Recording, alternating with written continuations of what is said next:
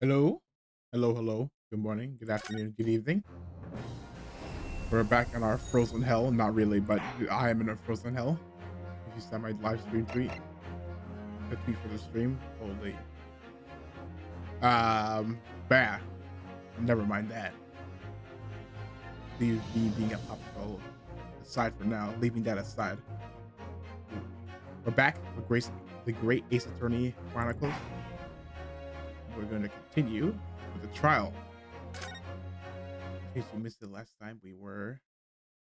Hold on, I'm not speaking into the mic. We were. You're right. Hold on. We were investigating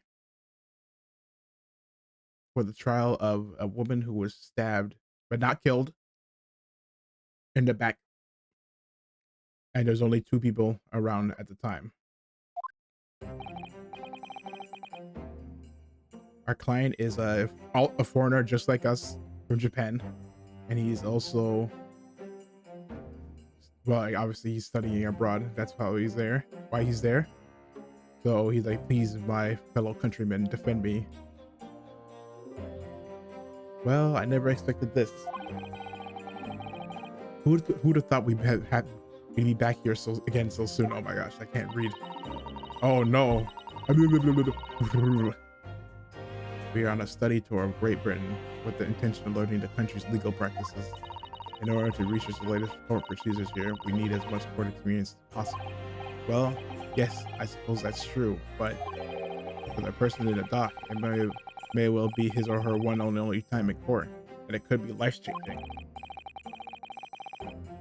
In which case, treating it as research may seem a little crass. Oh, when you put it like that, you're quite right. Good morning. Here's our client. Ah, Mr. Natsume. Good morning. Oh dear, you're right. Your eyes are terribly bloodshot. The early bird catches the worm, as they say here in Britain. Yes, I've heard that expression. But I really don't want to catch a worm. So I tried desperately not to wake up early, but I was so worried I couldn't catch a wink. Yeah, insomniac. And now I'm absolutely exhausted as a result. Do all literary people take things so literally? Thank you for putting your faith in us today, Mr. Natsume. Uh-oh.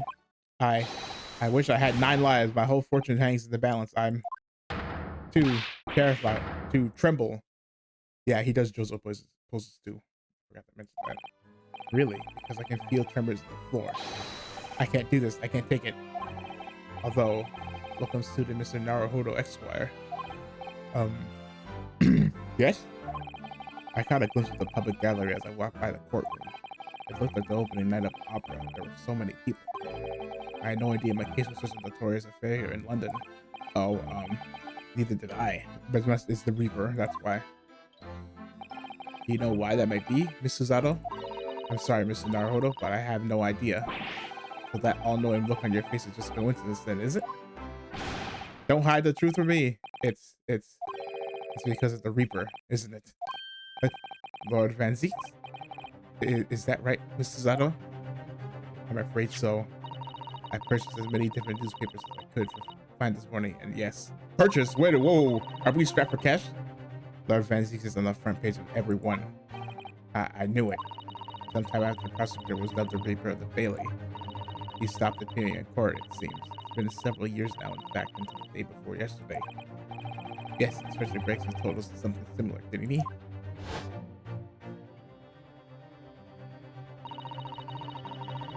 The trial due 2 days ago marks Lord Van Zieks' return to the courtroom after a very long hiatus. The trial of Magnus Gilded. What a harrowing experience that was. He died. But we got him not guilty, so we're clean. I believe that appearance made even greater waves here in the capital than today's.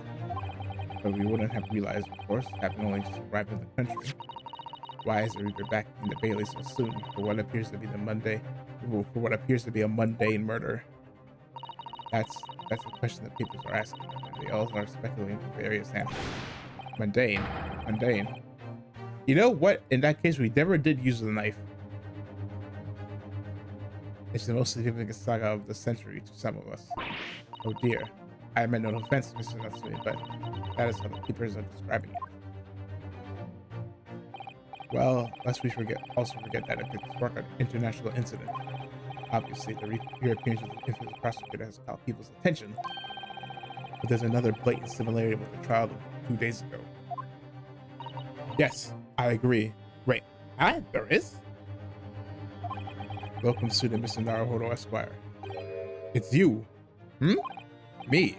Well, I suppose that's true. Both times it is you who stands against this legendary prosecutor. It can only mean that you're friends with the Reaper. Please, I don't rub shoulders with Deathbringers. I'm afraid that there's really only one other explanation. You can only meet another example, the start of your uncommon bad luck. Thanks for that. Thanks. Oh, this is just my luck. Why must be represented by a man with such frail fortune, by the least lucky lord alive? Well, let's not forget that it was you, Mr. Natsu, who asked me to represent you. Yes, it's true that I'm just a student, new to London with little in the way of experience, of skills, or luck. But I promise you this. I will fight your corner until the bitter end, and I will believe in you, Mr. Natsume. Oh, benevolent locum student, Mr. Naruhodo Esquire. You're not alone here with us, Mr. Natsume. Whatever happens, we will always be on your side. Oh, benevolent non-locum assistant, Miss Mikotoba Esquires. I am in your debt forever. I shall never forget this great kindness for as long as I live. Mr. Natsume, counsel for the defense. Oh, it's time. The court session is about to begin. Kindly make your way into the courtroom at once. All right, then, Mr. Natsume, it's time. Let's go. Yes. This is it. My second appearance in the British courtroom, and my second trial against the Reaper. I hope you're watching over me, Kazuma. Because this time I won't let my faith wither. I believe in my client to the last. Just like you believed in me.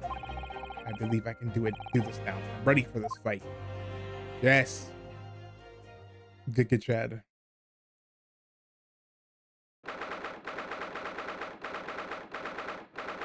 Ooh, it's still time. That's a few days. 2 days to be exact.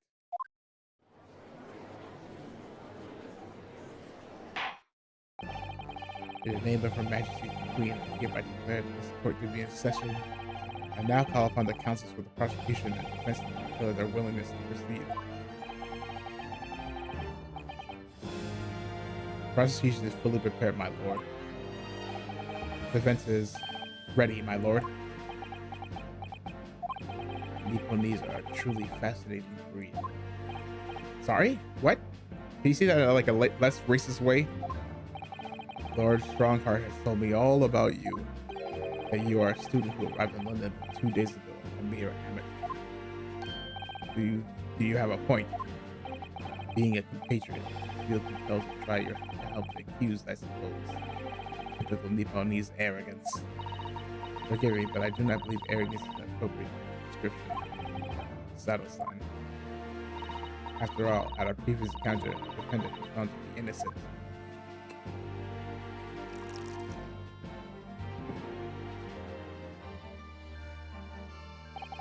Very true, and a most fascinating, if dark, trial it was too. The tragic conclusion came later, of course. He is acquitted at his unfortunate violent end.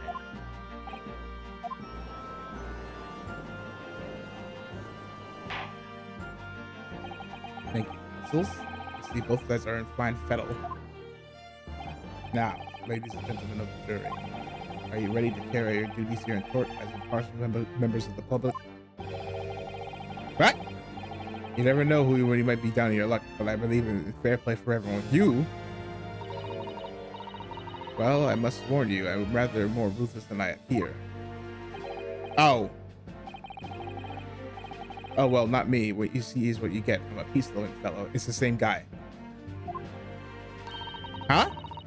I'm afraid to say I think it's quite possible that the mustache foreigner did the deed. Come on, what are we waiting for? No doubt he did it anyways. Eh? Sorry. Didn't quite catch that. Well, very well. Well, let us proceed. Opening statement, if you please, Lord Van Sykes. Sykes is probably Van Sykes. I'm gonna say Van Sykes. Very recently, the Great Britain signed an alliance with the rising power in the Far East. The accused in the Doctor days was student from that same land, a certain Mr. Soseki Natsume. And while our country has extended this foreign student the warmest of welcomes, regrettably, the kindness has not been returned. In fact, the city is accused of a most sinister act. Oh! Already? Punching a knife into the back of an innocent woman who was doing nothing but walking down the street. A knife crime? I tell you from bitter experience, those are the worst. But the else they are. Just look at the sallow complexion and short stature. He's one of those dreadful Japanese. Oh God. Uh-oh. Come on, let's get this over with. With me now, everyone. 1, 2, 3. Eh? Sorry, didn't quite catch that. Pray, forgive the discourtesy of smashing my hollow chalice here in this great chamber. Allow me to call the first witness to stand. Very well. Bailiff, lead the inspector in, please. Gregson. No food in the court. Your name and occupation, please. Yes, sir. Tobias Gregson, Detective Inspector of Scotland Yard. Would you please summarize the events of the case for the court, Inspector? The victim is thought to be a young woman in her 20s by the name of Olive Green. I beg your pardon, Inspector? Thought to be? Yes, having been stabbed in the back by her attacker's knife, the victim fell unconscious. That was 3 days ago now, and she's been comatose ever since. What? So they don't even know who she is for sure? Comatose. Let's see, but her life is not in danger? Fortunately for the Eastern student, the charge will not be a murder. Pray, elaborate on the details, Inspector. Sir, if I could ask everyone to look at the street map. As I mentioned, the incident took place 3 days ago, at around 5 in the afternoon. It happened on the pavement running alongside Briar Road, a wide thoroughfare for horse-drawn carriage vehicles. I'm gonna call it. I'm gonna call it now. I think the window to their apartment, to the couple's apartment, the owner, landlords, while they're fighting, she must have threw a knife, and the knife flew out the window and hit her in her back. And not long since it stopped snowing as the victim, Miss Green, was walking down the street. They opened the window to air out he opened the window to air out the fire, but she kept throwing stuff at him. Out of the blue, she was approached from behind by the accused and stabbed in the back. Luckily, the young lady's life was spared, and she's currently being treated in one of the city's hospitals. But being unconscious as she is, we've been able to take a statement from her, of course. This is the case file with everything we know about the victim so far. Thank you, Inspector. The court will accept the documents as evidence, if you please.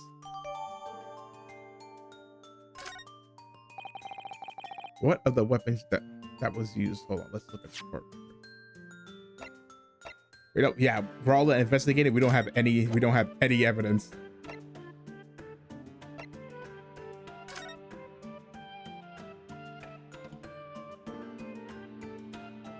Of her Rolly beat. Continues that conscious name affects other things that are unknown. A preference to the stamp of knows other sense of injury were certain. The following day.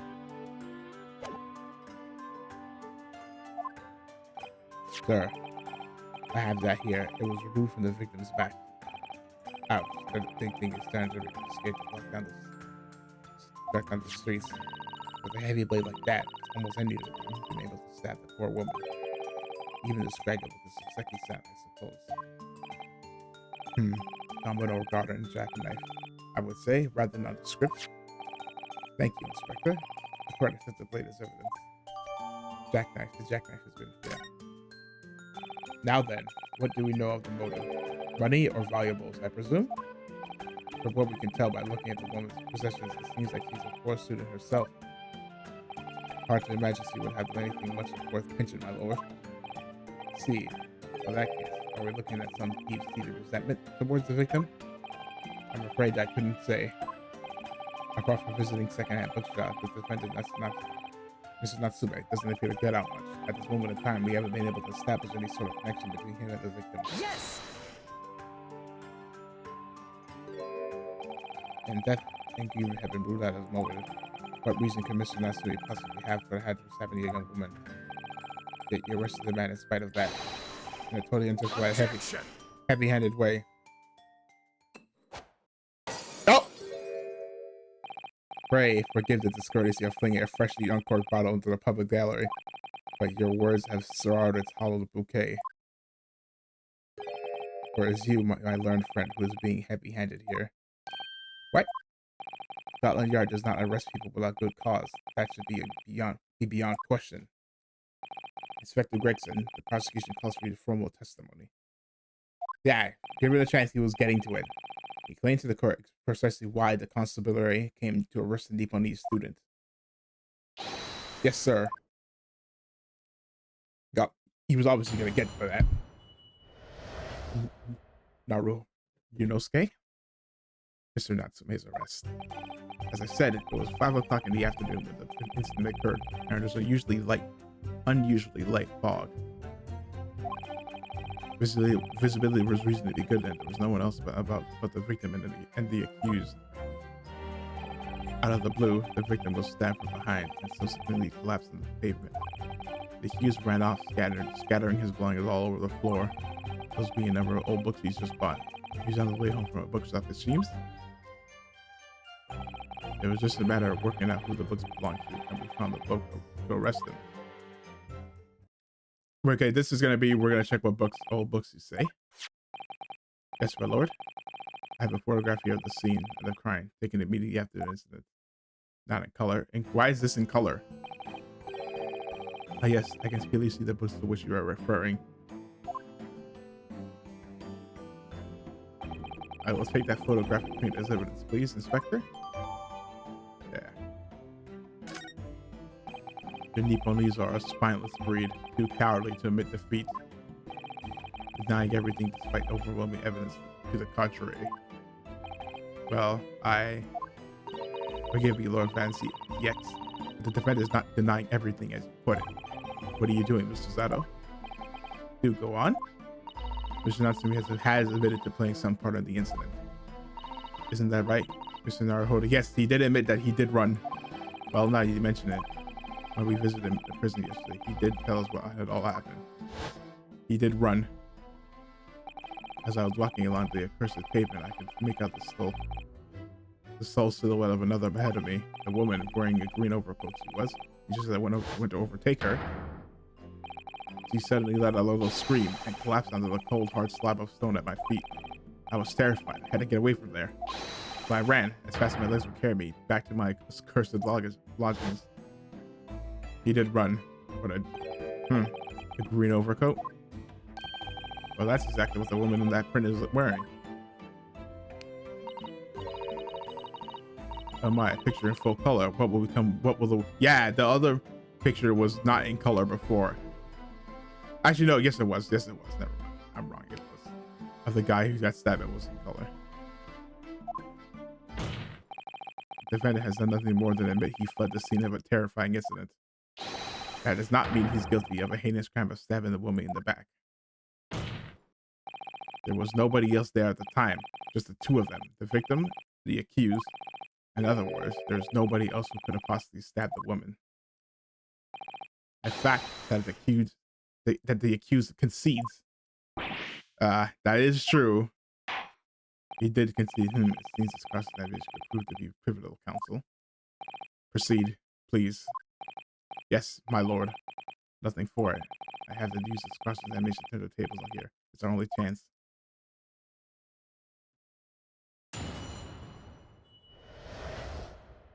Mr. Natsume's arrest. As I said, it was 5 o'clock in the afternoon. So I'm gonna go to the books. Reason because there was no one else. The victim was stabbed from behind him. He's ran off, scattering his blood all over the floor.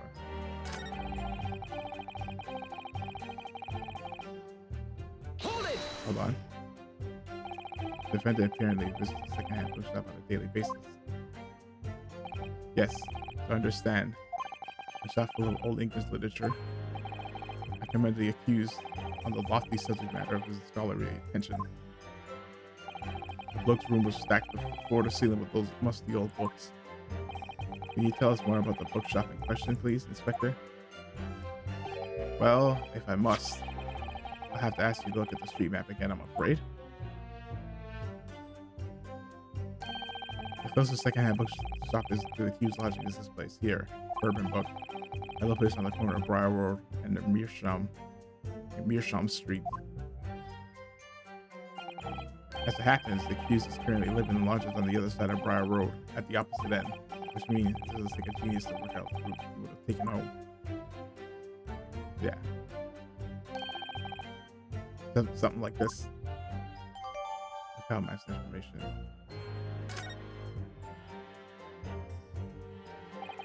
Yes, I concur with your conclusion, Inspector. The defendant will certainly have passed the scene of the crime on his way home from that particular shop. Mr. Naruhodo, I think that's what he just told us. It turned out to be of vital importance. Hold on, I don't think. Hold on, is that where the receipt is from?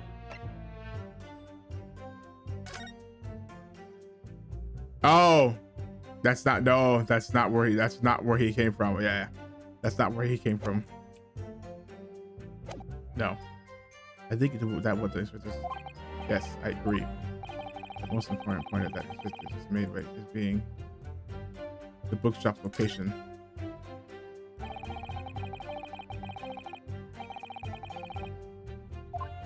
Oh well, I guess it was a name. So where is it exactly? All right, why do you know your I just explained that. I get the map on everything. Use the red blooming ink. And I distinctly remember seeing you nod along, Counsel. Oh, yes. This, of course. Must have been so nervous I didn't take it in. Blunder of the day goes to you, my learned friend. No, not yet. The trial's only just begun. I strongly advise you to look carefully through the court record at this stage. Yes, miss. I'm sorry I made a mistake, miss. Inspector, Counsel.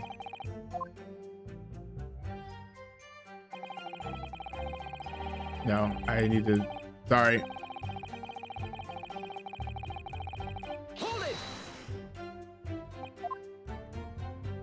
Sorry. I was like, as soon as I pressed thing, I was like, wait, that doesn't make any sense.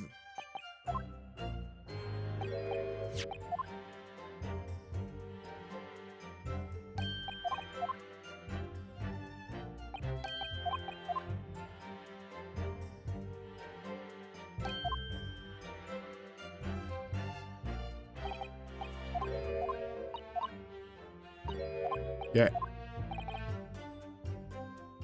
The bookshop's name. Mr. Gregson, may I ask you a favor? What? Would you kindly add the name of the bookshop to your formal testimony, please? I believe it may be of vital importance. Maybe? Oh, well, you know, I mean, yes, that could be a very important clue. Very well. Not that I can see it being of any great significance. Please revise your testimony accordingly, Inspector. Yes, sir, my lord. Whatever you say. Could the man be any more sardonic? I went home from Bourbon Books. This. Objection. If I could just stop you there, Inspector Gregson. What is it? What is this, a sunshine? I'm a busy man, you know? This is a receipt that we found in Mr. Natsume's room. It was issued on the day of the incident and details the purchase of 3 second-hand books. And you found that in the accused's room, did you? Yes, but the point is not where the receipt was found, but the name of the shop printed on it. Go on.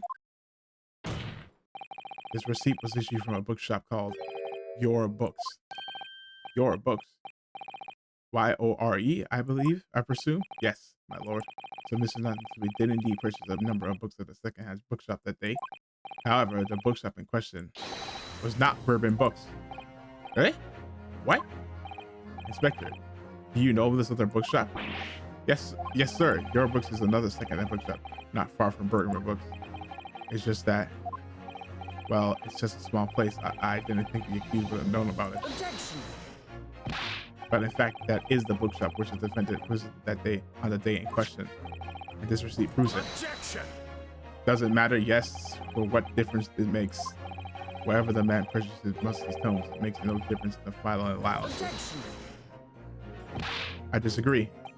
I mean, after all, I have the street right here, if that might be of help. Oh, yes, thank you. Have a look at this, please.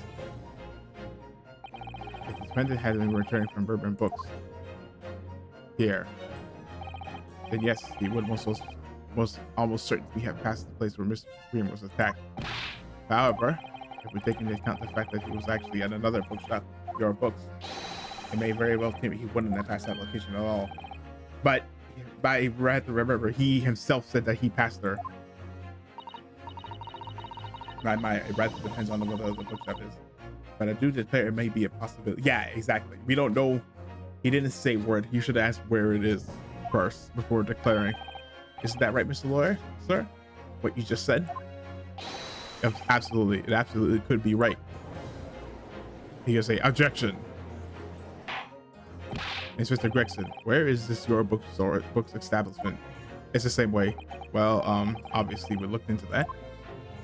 It's the same way. It turns out that Your Books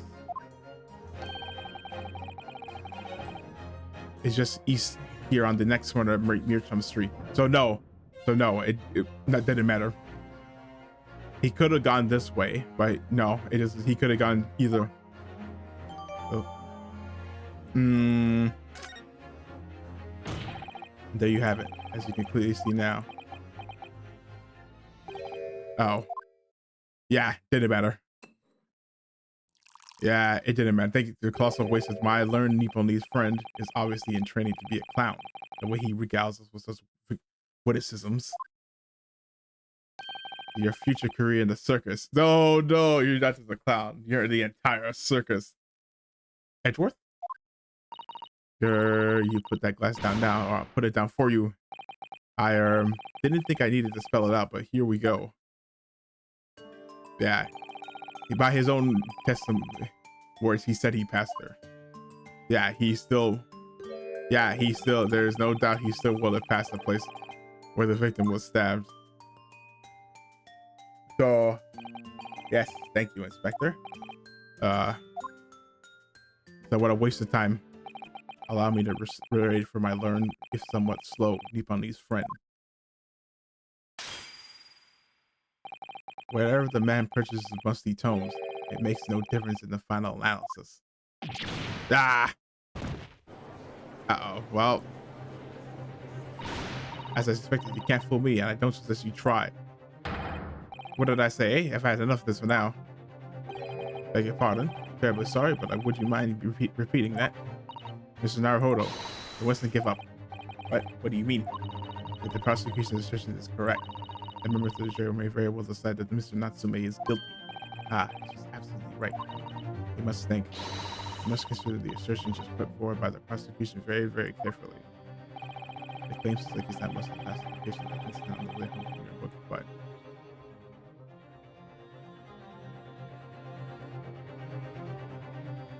let me say, I don't think. No, he by his own admission, he went.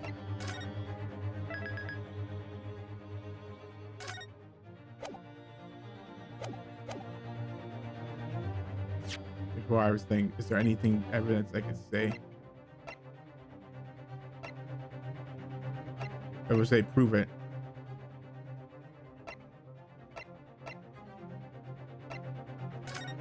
No. So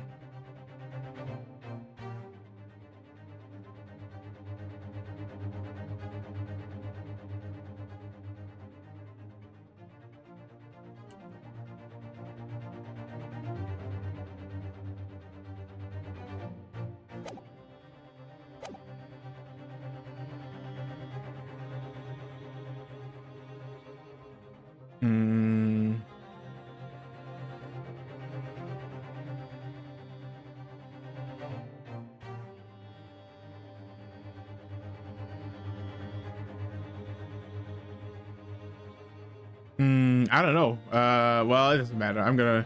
Let's raise an objection, but I don't think this is right. The assertion just made by the prosecution is fundamentally flawed. Explain yourself, counsel. Yes, my lord. You can see what I mean. I'm returning from your books to his lodgings.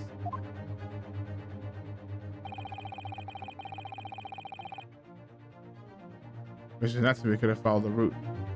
This is by the prosecution. However, that isn't the only conceivable route. Oh, it is just gonna be. Oh, he could have went the other way. If they turn to use the streets, look what happens. He arrives back at his lodgings without passing the locations of where the victim was attacked. Okay, so now it's gotta be proved which way he took. Objection. Talking back to account of the fool's errand, of course. However, I feel compelled to point out that that route is what commonly referred to as the long way around. Ah. Yeah, I think it is the longer way. So, and most people don't usually take the long way.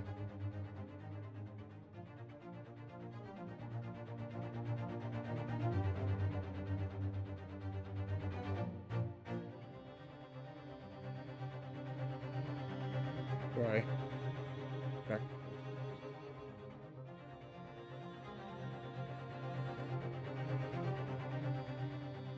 Sorry. Anyways, yeah. On a cold winter's night, why would any man choose to take a longer road home? Well, the answer is extremely simple. He wouldn't.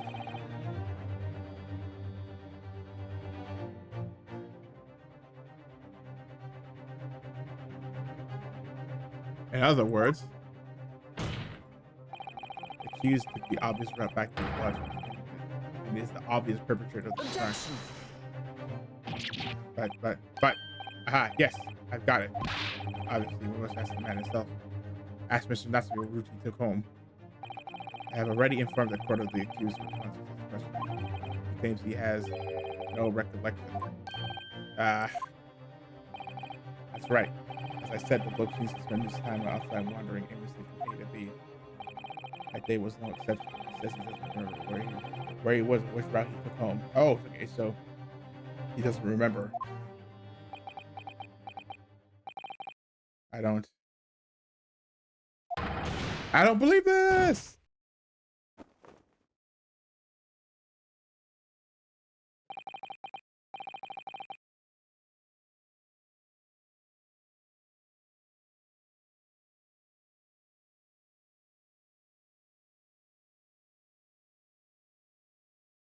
I thank you, my learned friend.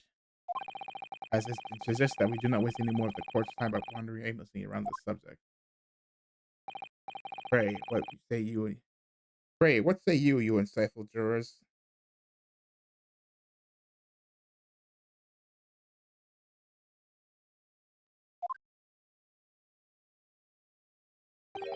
But even if that is the case, the defense still hold it.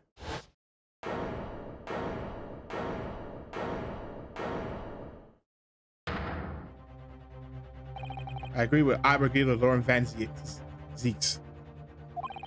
wholeheartedly and in every way. What? I don't believe it. Does this mean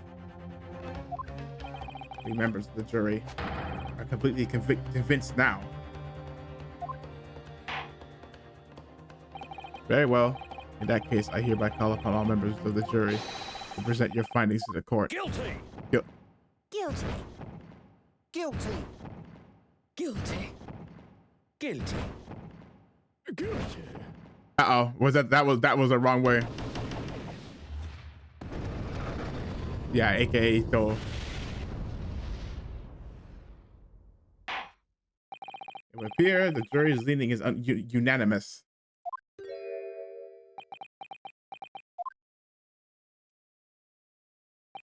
To the insightful members of the jury, I applaud your brave resolve. You serve Queen and country admirably. Mr. Naruhodo.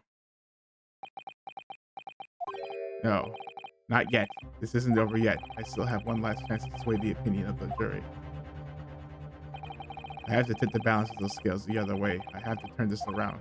Somehow. Those are the eyes of Corey, not yet willing to give up and die. So I presume you intend to rule your rights again in this trial? Rights of the defense went into an antiquated British law that should have been buried long ago? Call it antiquated if you will. But it's the defense's prerogative to carry out a summation examination if it so chooses. Very well, counsel. In accordance with the letter of the law, we shall proceed with a summation examination. Are the members of the jury ready, Mr. Foreman? Of course we're ready. I'm also familiar with that Nipponese whippersnapper and his Onkus? Onkus refuses to throw it in his alley. Very well then. Ladies and gentlemen of the jury, you will each explain on what grounds you have determined the defendant to be guilty.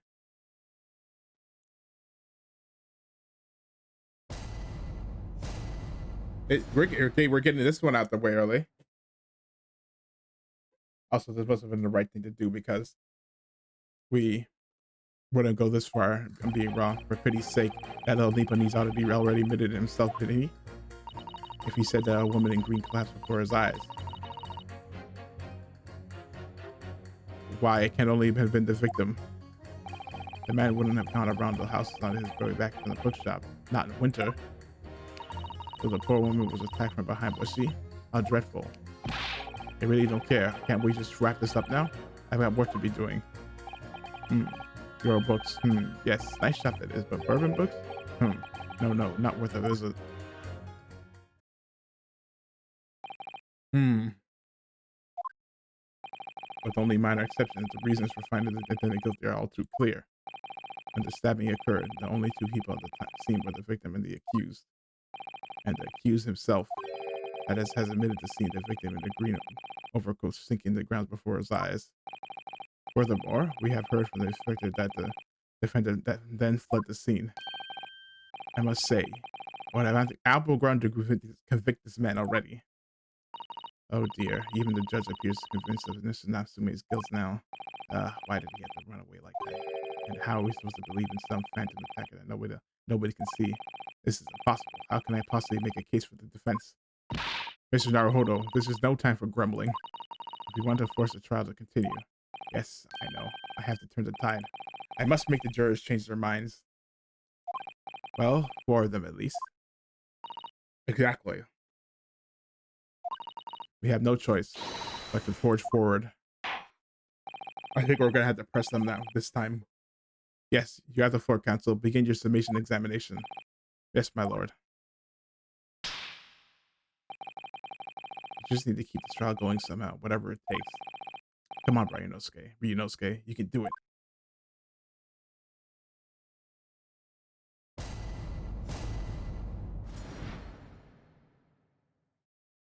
His defense's rebuttal. For pity's sake. Hold on, let's save.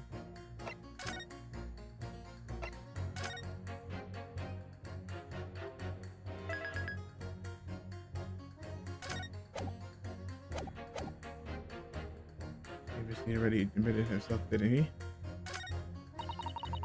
If he said that woman in green collapsed before his eyes, why it can only have been the victim?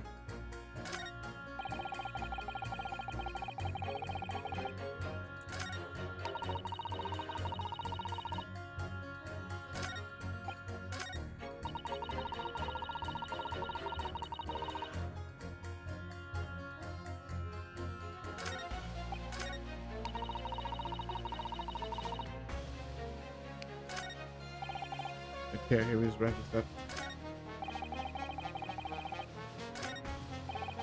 Maybe press this guy. Let's see. Hold it! A man's life is on the line here, sir. This will take as long as it takes. Don't get clever with me now, son. My life's on the line too, and so is my family's. The links of you wouldn't understand, but a laborer like me can afford to take time off. If I don't work, I don't eat. Neither do the wife and kids. Oh, I see. That must be very hard. I go to the union every morning to find out what he's doing. If you're late, the work's taken. It's tough. This time of year, there's water and gas supply pipes burst. There's water and gas supply pipes bursting left and right and center. They're after cheap labor to get the roads dug up to fix it. It's hard slog from dawn till dusk it is. So you were out digging up the roads on the big incident as well, were you? That's right. In fact, if I remember right, it was just around the corner from where it all happened, by the old bookshop I was. What? Another coincidence? That's right. Meerschaum Street it was. Meerschaum Street. On the map, Mr. Hall, there are only 3 named streets. Juror number 5, I need you to add that information to this formal statement, please. What's the point of that? Can't we just get to this business over with it now? Please, sir, it's important. Fine, I'll do it then. Oh, we're gonna be that way was blocked. On the day it happened, I was digging up Meerschaum Street from dawn till dusk. And it's gonna be this guy.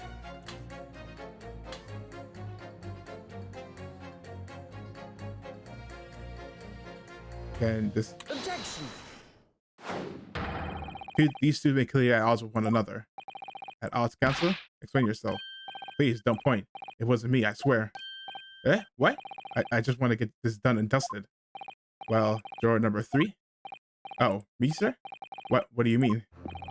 Juror number 5's words just now were extremely significant.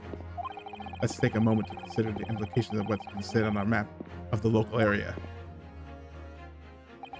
On the day in question, Mr. Natsume visited the bookshop to purchase a number of second-hand books. On the same day, we now know that there were works being carried out on Meerschaum Street, making it impassable, which means the defender's route home could not have been taken them along Meerschaum Street and down Briar Road. Oh, yes, of course. What do you think, sir? Well, yes, you can't argue with that, really, can you? We must have had a good 2 yards or more of the pavement up. Every gentleman and gentlewoman that came along had to turn back and go the other way. So, the only conclusion is this.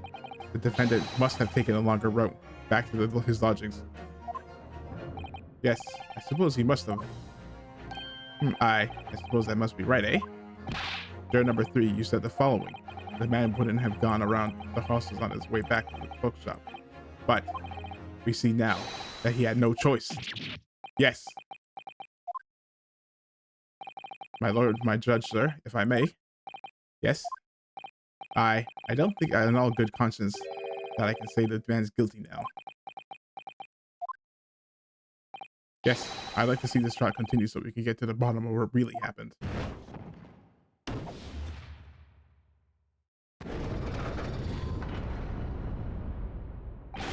What about you, sir? Who, me? Well, all right then. If there's a hole in the prosecution's argument, it should be filled in, that's what I say.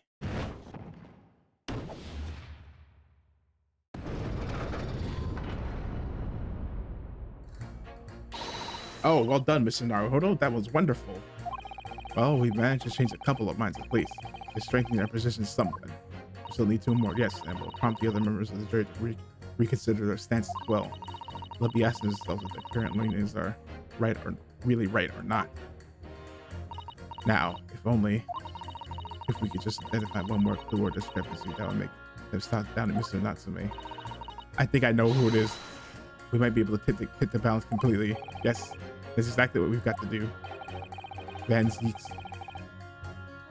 Zykes is looking to bring this trial to an early end conclusion. That's what we have to prevent, by whatever means we have at our disposal.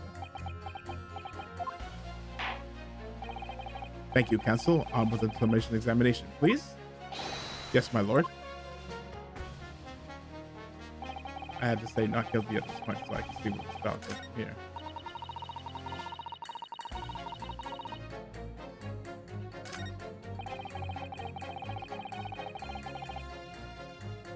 So,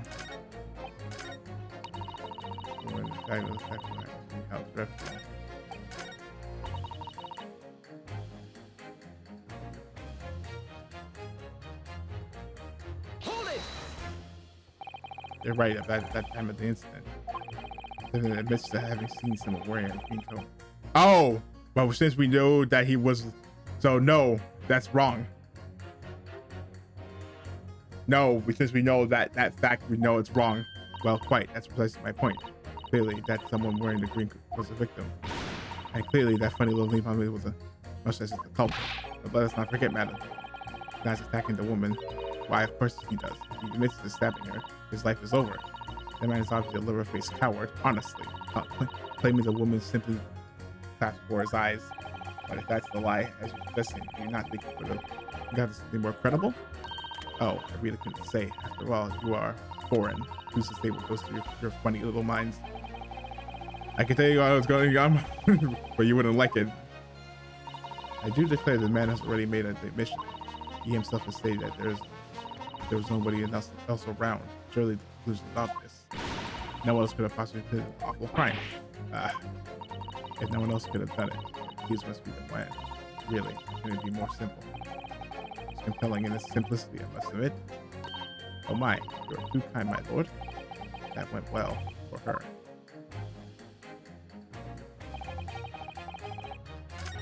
Okay, so now we know that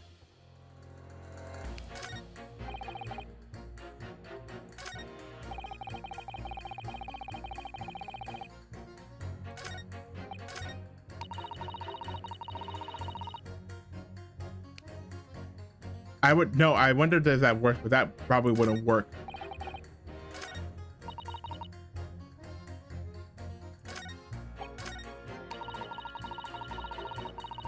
Hold it! Whatever's the matter, young man? You're the wife of Mr. Garrett, aren't you? The landlord who went to Mr. Natsumi's room. The master's wife? Where did you get your idea, sir? I'm the maid. The maid, you understand? She's keeping up that charade. This is kind of awkward. Why didn't you mention this yesterday? That you've been selected for the jury in this trial. I mean, you first off, you can't say that, so that's a crime. Well, I was told not to mention it to anyone until the day of the trial, you see. It was in the letter I received. The instructions were very clear, so I'm afraid I had no choice. I see. Anyway, Mr. Natsume, the defendant, takes lodging in your master's house, doesn't he? Yes, that's right. Although he's only been a little over a week now. Oh, and in that time, surely you must have taken stock of his character. Does Mr. look like a kind of man who would do such a crime as this? Oh my goodness me, yes, he's just the sort. What? Spending all his time in that dark, dingy room, distorting that unscrupulous mustache. The man never speaks, and don't get me started on those shifty eyes. All the neighbors are talking about him. I've never heard them, you know? People think he must be building a bomb in there or something. Oh dear, poor Mr. Natsume. I think he just say such things about him. He's just a harmless bookworm, nothing more.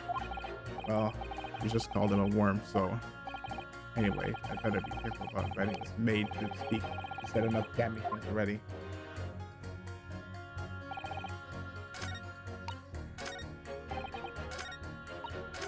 You? And then what are you doing here? Hold it! Excuse me, but... Mister... Aren't you... Yes, that's right. I was the witness then. I was in the witness stand myself just 2 days ago. Yes, I had a feeling I knew your face, or the side of it anyways. If I remember correctly, you're a banker, aren't you? That's right. After the gold rush down and under, I came back to London to work. And it was all going swimmingly. And you started frolicking around. Bruce Fairplay was a man of repute. Sorry?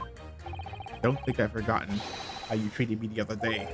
You had me and the young hatter pegged as criminals. Oh, well, you know, water under the bridge, right? Yeah. Now there's all sorts of rumors buzzing around.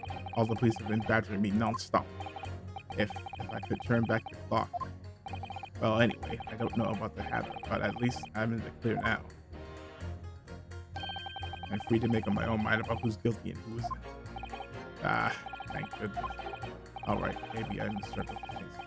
Maybe I might struggle with things given our awkward history. Oh dear, I was becoming Mr. First now. So this last guy. Hold it!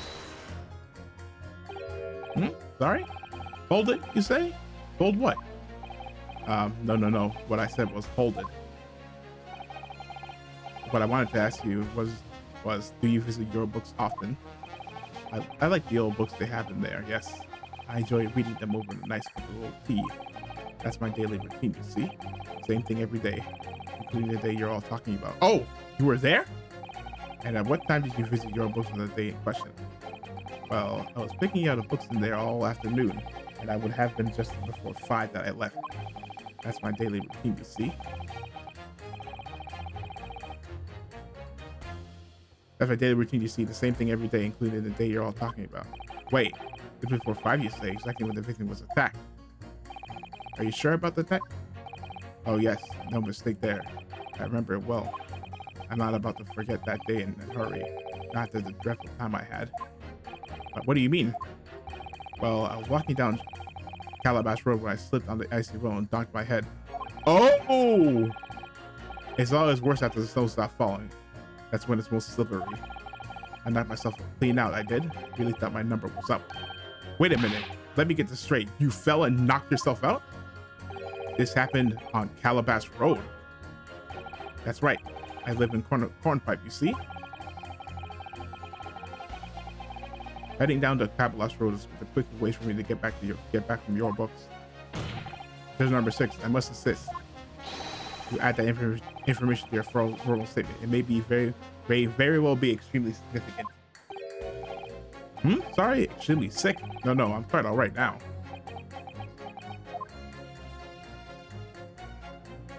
You've changed 2 of the jurors' minds, Mr. Naro. Yes, there's 2 more to go. So now. Well, wish I knew how to do a Suzato takedown. I suppose words will have to do suffice. So.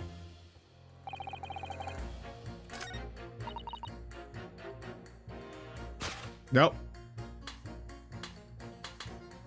Objection. You two. The two statement clearly show a flaw in the juror's reasoning. A flaw? What are you talking about, Mr. Counsel? Well, juror number 2? Juror number 6? Whatever do you mean, sir? I think perhaps the old man didn't hear you. Unbelievable. It's not like I was loud or anything. There is at least... Okay, I was scared. There's at least one fact of which we can be so sure here. The bookshop receipt found in the defendant's room clearly indicates the room that on the day of the attack, he had been to your books and purchased a number of second-hand titles.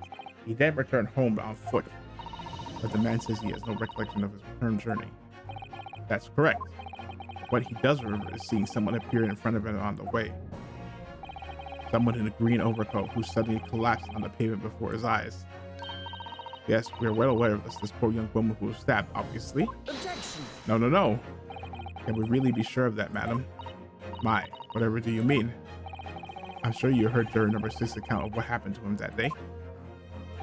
That same afternoon, there was somebody else apart from the victim, who was wearing a green overcoat and who fell over in the icy streets in the neighborhood. Oh my. My goodness, you mean... That's right. I'm referring to, of course, to the hard of hearing juror number 6. Are you really suggesting that the person in the green overcoat whom the defendant locked glass in front of his eye was a jolly old gentleman on the end of the bench here with me today? That is entirely possible, yes. After all, the old man has a somewhat similar build to the victim. Yes, he does. Well, look at that. My goodness, me. Sorry, you need a pee?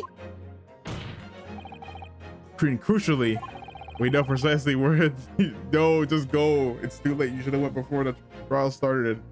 We know precisely where the old man in green overcoat fell. On Calabash Road.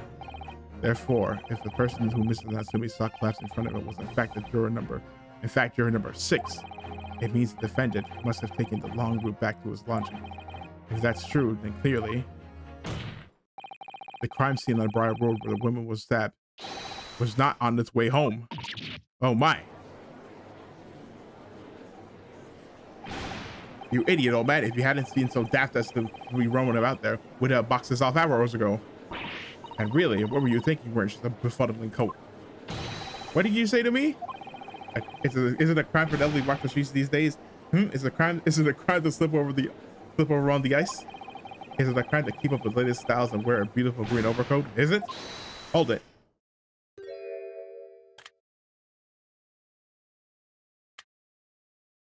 My lord, I do hope it won't cause any inconvenience, but you'd like to change your leaning, I presume? I do declare that I would. I should like to call for a verdict of not guilty. Thank you. And I would too. What? Is it a crime to change your mind? Is it? Well? Go, chill. Easy there, Pops.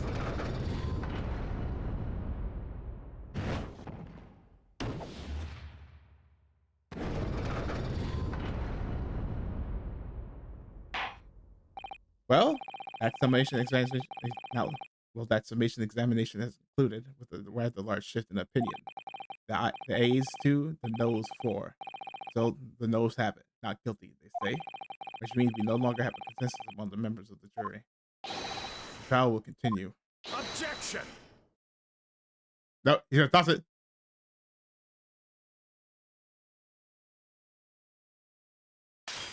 Oh, no, he's just gonna smash it. But it seems churlish of me to drink from thy hollow chalice moments after raising the objection, only to crush it in disgust. Pray forgive the discourtesy, Lord Van Zykes. It seems I must retract my earlier remark. What do you mean? I mistakenly credited those jurors with intelligence by describing them as insightful. Yet he had just witnessed them falling for a cheap trick performed by an Eastern entertainer. Eh? Whatever do you mean? Objection! I haven't tricked anyone. Everything I said is the truth. Indeed, stalwart juror number 5 was undoubtedly preparing to board this plane. I believe you said it was a good 2 yards of pavement which you excavated, sir. That's right. It took me the whole day, and they paid me a measly tuppence for it. Now, my learned friend, tell me, do you have any notion of the distance that 2 yards represents? Well, if I'm honest, I don't have a clue. No. 2 yards is a little less than 2 meters. Less than 2 meters. That's not much at all. In other words, the distance readily vaulted by anyone of moderate vigor. Would you not agree, my stalwart friend? Eh? Me? Well, I can't say you're wrong. No. What? Did you perchance erect a sign to prevent visitors from passing the sides of your work? I wouldn't dream of it. What a waste of time. No cushion would have had the hope of passing anyway. Just turn them over. No, and we. So, oh wait, but you see, what happened? We just turned the gentleman back when they came. Kids just jump right over us all the time. The accused is no gentleman, as far as I can see. I have little doubt, however, that he could spring over a 2-yard trench in his meanderings town, and the meanderings around town. Ah, is that true? Is it? The incontrovertible truth is that the book is just purchased by accused were found at the scene. There could be no doubt on the way back to this lodge, the person not to walk down Briar Road, crushed in a single sentence. And an old man. Good old man? You can talk?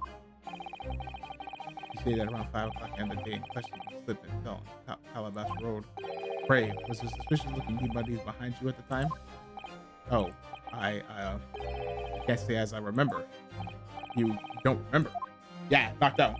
How about a wager, my learned friend? You say it was this old man that you saw, but I would lay 1,000 to 1 against you being able to prove it. Ah!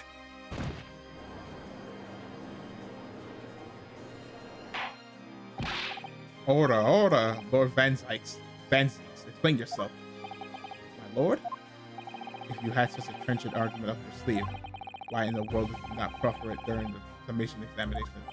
I wanted to give this young foreign student the sightseeing experience, no doubt he wanted to see for himself how the opinion of the jury is so readily swayed. My hospitality has its limits, and they have been reached tonight. Uh-oh. Serious mode. So, my learned friend, today's sightseeing tour of London is now over. What? What are you talking about? My lord, Prosecution requests permission to call its next witnesses to the stand. Granted. Bailiff, bring forth the witnesses. Its next witnesses. That's hard. You will not remember? The cop and his wife. We've been told on several occasions that there were eyewitnesses to these. Yes, I remember. One of them being a Scotland Yard policeman. Yes. I'm afraid that's likely to be the prosecution's next witness. Alright, no matter who Van Zieks brings to the standards of his witnesses, no matter what they say, I believe it's a second stand. No, he's innocent. I keep believing it to the very end. This battle is over.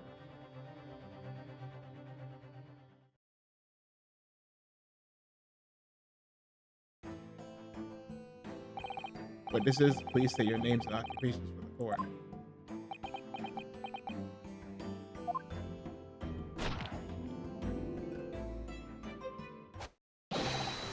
Constable Royal beats Saw. Nothing to report on the street, Saw.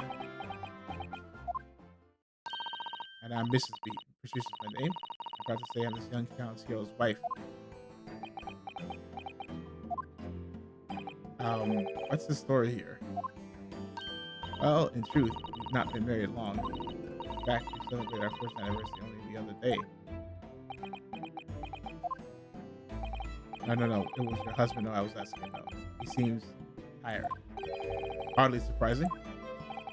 Whilst being an honorable occupation, controlling the meat is the most demanding work in the world. Oh, really? Sure, I've heard that. Indeed, apart from the rare days off, gala.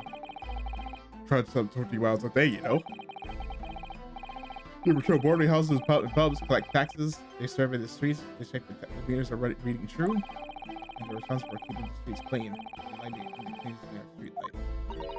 They're not really. Wouldn't just be falling asleep on my feet and have collapsed long ago. But it goes just without saying that a policeman's primary duty is the apprehension of criminals. Even when he's off duty. A constable expected to investigate and resolve any crimes on his beats. For the London hobby, Bobby is a man of honor. And a man of slumber. At this day in question, this man and his wife were walking down Broad Road in the opposite direction. And have witnessed the incident as it occurred. Is that not correct, Mr. and Mrs. Beat?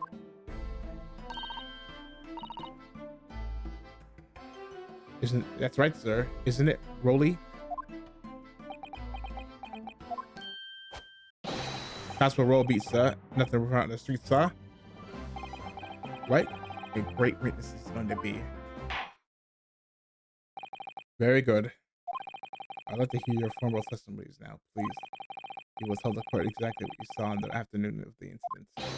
Yes, sir.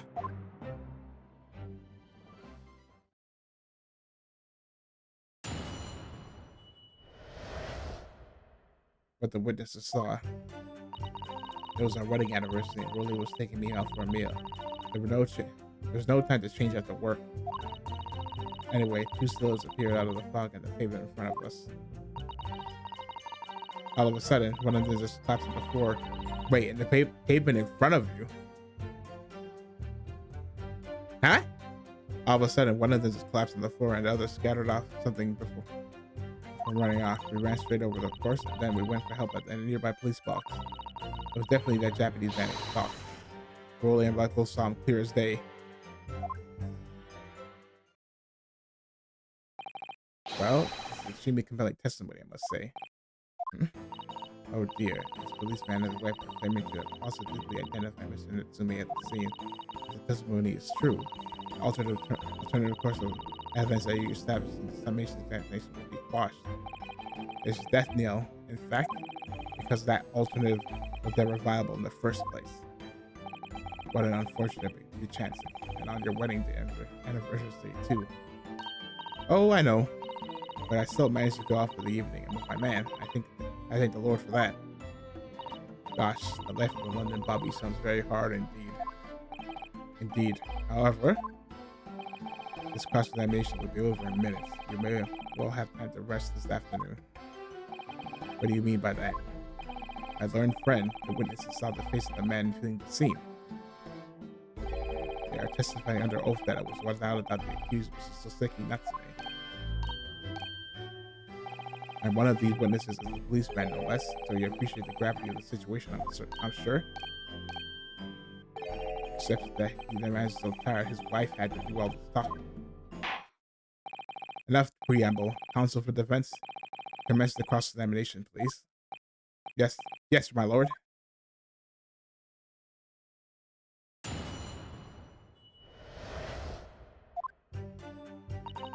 I went in anniversary. Rolly was taking me up for meals. There was no time to change after work.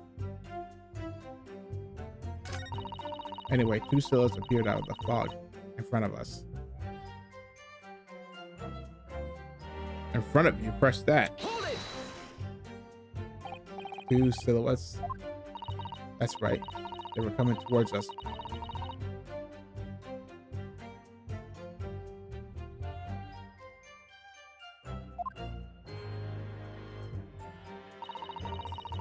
There's a round plump figure by a scrawny, thin-looking man.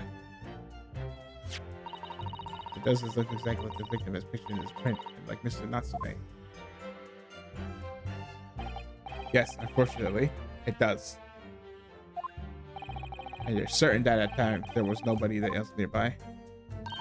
Oh, yes, quite certain. It was dark, but there are streetlights in the prior wards to see. There's nobody else around at all. Isn't that right, my darling?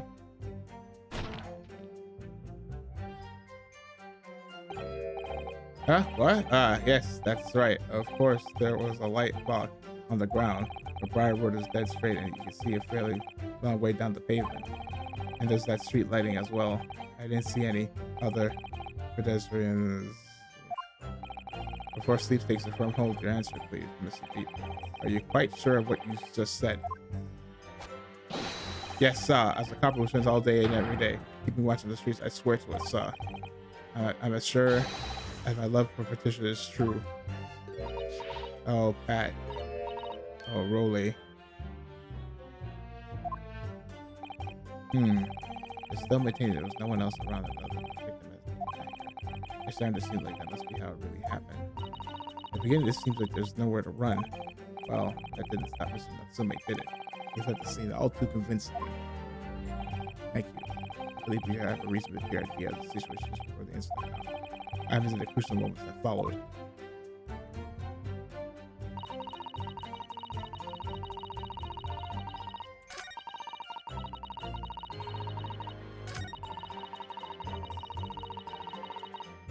Hold it! But surely you wouldn't have been able to see his face by the light of the gas street lamp, would you? You absolutely could. Us London have exceptional eyesight, you know? Right. The light from the street lamps was more than enough. My husband already told you the fog was only light, didn't he? Yes. And one of the fog. We're famous for it across the globe, I believe. But it's an absolute menace to those of us who have to live with it, of course. Oh, it is. When it's thick, you can't even see the hand at the end of your own arm. Huh? Oh, but it said light. Yes, all right, I take your point. Now, could you stop shaking your husband about? The constant found Mr. Eyes very sharp, you see. That's why we can tell you for sure and certain that it was that little Japanese man we saw. Can't we, darling?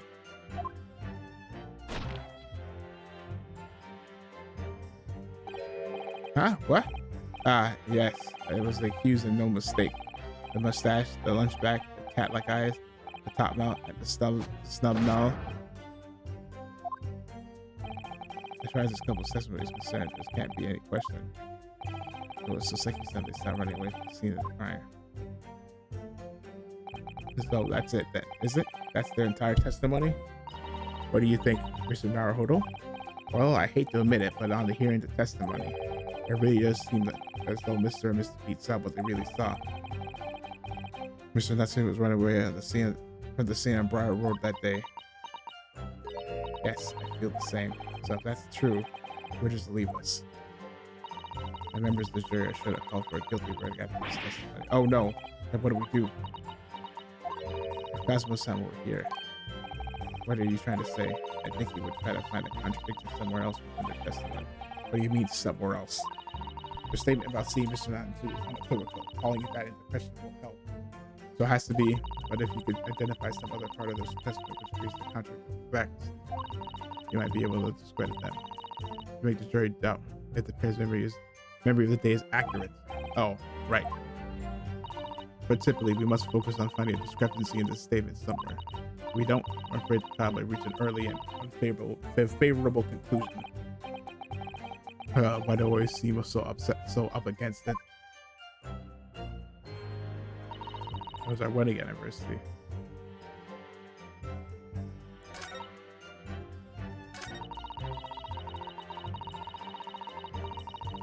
Hold it! No time to change after work, you say? Are you also a member of the policeman's beat?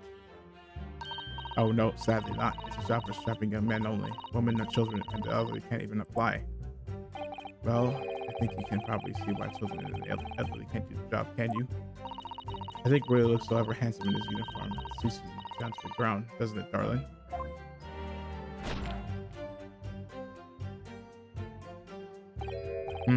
What? I just finished my beat. Dad and I were heading back to the station. I was actually planning on getting changed there. Is he talking in his sleep? This is creepy. Oh, Rolly, oh no, Rolly, I much prefer you in uniform. Sometimes I don't recognize you when I see you in plain clothes. Oh dear, that doesn't seem healthy. Kindly adhere to the point. We're going for a meal after you have finished your beat for the day, correct? That's right, sir. Yes, although it was fit to drop, to be honest. After spending the whole days on my feet. The police is my life, sir. As long as I'm the crown of this, I'll serve my city and my queen to the end. What's that? My warrant card, sir, proves that I'm a London copper. It has noble founding principles of force written on it. It is a reminder to us all of us policemen of our sworn duty to patrol the streets of London town and uphold the peace of the common man. Sir, and for such a noble cause, I cover 20 miles every day without fail and without a grumble. Because I know the quality of my boots is all Londoners need to heal to feel safe and secure. So, fighting crime doesn't appear to come into it then. But sir, just on that one particular day, I was looking forward to celebrating my wedding anniversary. Mr. Beast puts up with a lot being married to a bobby. Like me, I wanted to show my dear wife how much I care. Oh, Pat. Oh, Rolly. Oh, Petroli. Oh, what a charming couple. The Gerlunga was such a joy to behold, if a little over the top, perhaps. And then, kindly describe what happened next. Anyway, the two sails appeared out of the fog on the pavement in front of us. Oh! But you said you could see Cal was up, but he says it's two silhouettes. That's right. They were coming towards us, walking up the Briar road in the opposite direction. There was a rather plump figure, followed by a scrawny, lean-looking man. It does sound like the victim picture is printed, like Mr. Natsume. Yes, unfortunately it does. And you're certain that at that time there was nobody. Did I press this already? I think I pressed this already.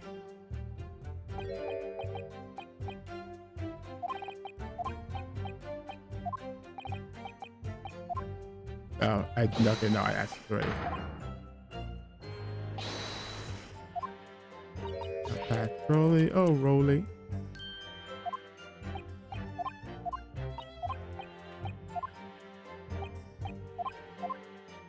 So basically not on what they looks like. Hold it! Scattered something. What do you mean by that? Oh, well, I couldn't quite make it out what it was at the time. But then we got closer, we realized it was what it was. Didn't we, darling?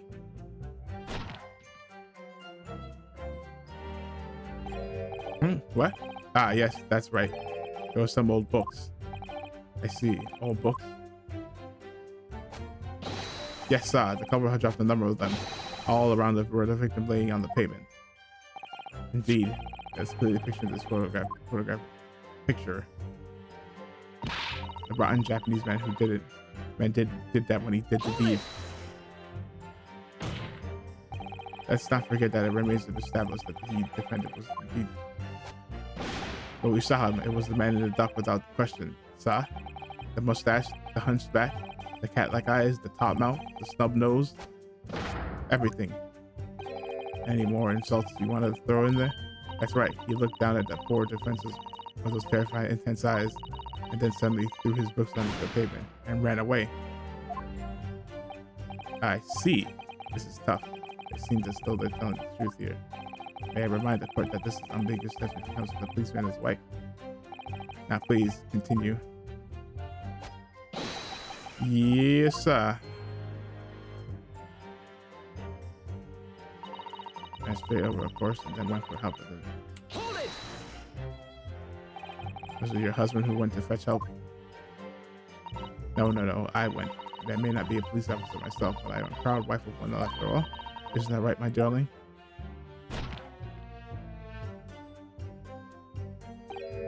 Huh? What? Ah, yes, that's right. I asked Mr. Pete to go. I was off duty by that point, but a Bobby's never truly off duty, of course, so I felt obliged to stay and guard the scene. Very laudable, Mr. Pete. Preserving the scene of a crime is a task of considerable importance. That's why I sent Patricia, you see. I told her where to find the right police boss.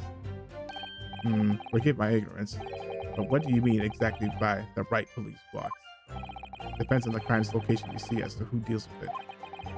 Where the woman was stabbed wasn't actually on my beat. So I told Patricia the way to the police boss for the beat incident fell under so she could go and report it. I ran there as quickly as I could and asked for help from the Bobby on duty. There's nothing more important than a young couple in love working together, you know? And thanks to your swift response, the case was quickly resolved. The actions of two model citizens. Oh, please, you're making us blush. Isn't he, darling?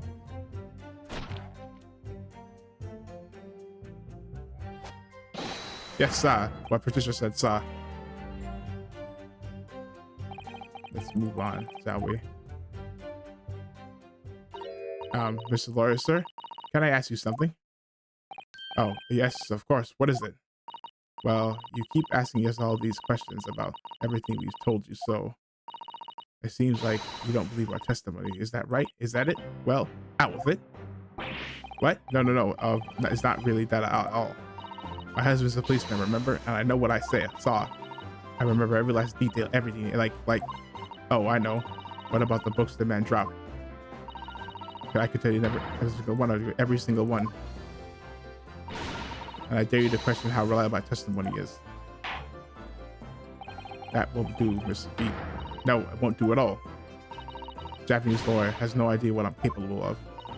Even if I tried to forgive him for insulting us, don't think for a minute that Raleigh will. I didn't read you a call defense. Please put your husband's fists down.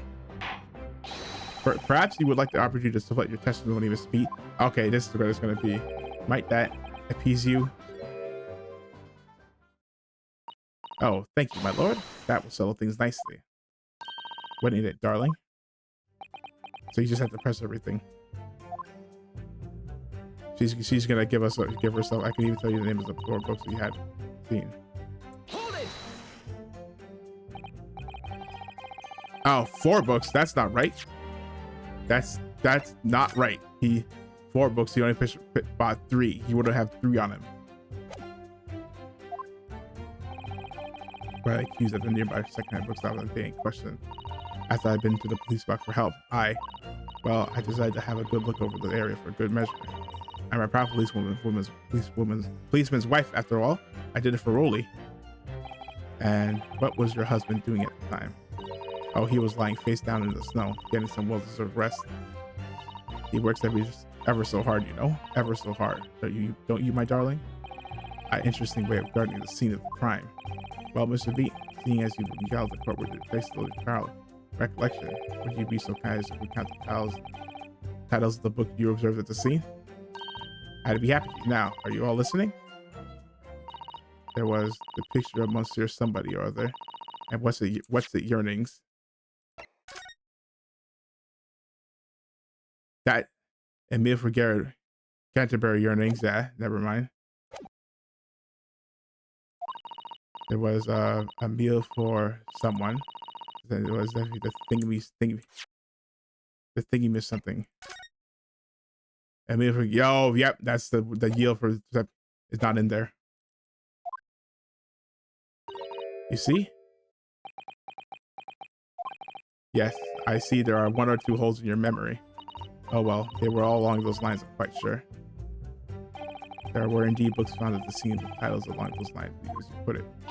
Well, what did I tell you? So I think it's very mean to the way you've been implying that my testimony can't be trusted. But you agree, darling? Anyone in my picture will have to answer. Oh my gosh, he beast.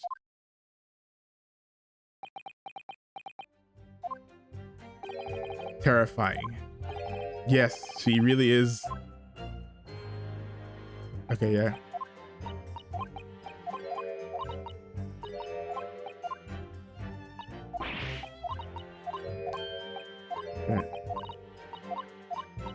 Yeah. Because of the last one, I had to press it.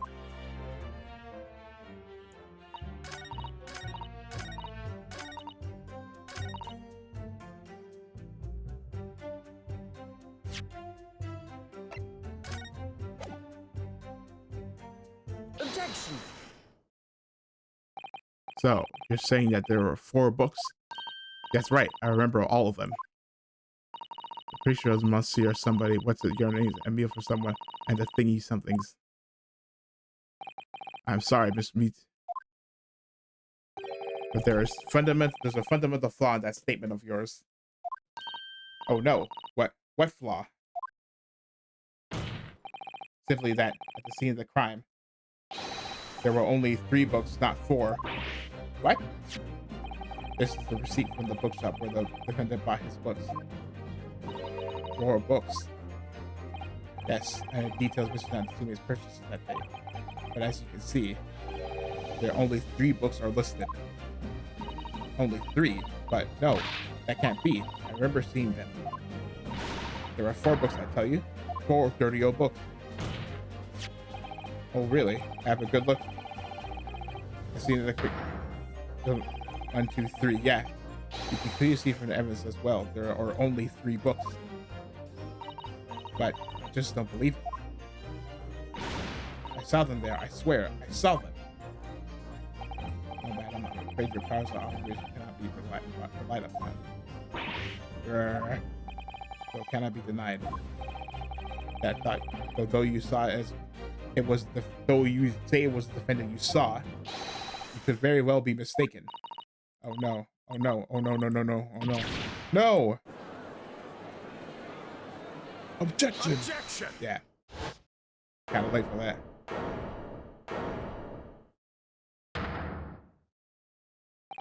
It plainly evident that it's your powers of detection that cannot be relied upon, my learned Nipponese friend. What? What cannot be denied is that you too witnesses saw the accused running from the scene. A fact you know very well you have no hope of disproving. Ah! So you're striven to divert attention from that by a dint of some inconsequential discrepancies. Would that be fair? It sees right through me. Your plan has somewhat pulled against you. What are you talking about? Quite simple. Let me explain with a toast. You gotta throw it in the fire. The policeman's wife and her entirely accurate testimony in every respect.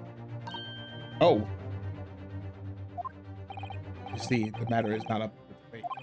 At the scene of the Briar Road, a total of 4 books were most definitely found. Objection. Wait, that can't be. But what about the photographic print? It only shows 3 books. Quite right. Only 3 can be seen in that print. Uh-oh, that print. You mean to say you're holding it on me? Allow me to present another one that shows the victim. That shows the victim's hand.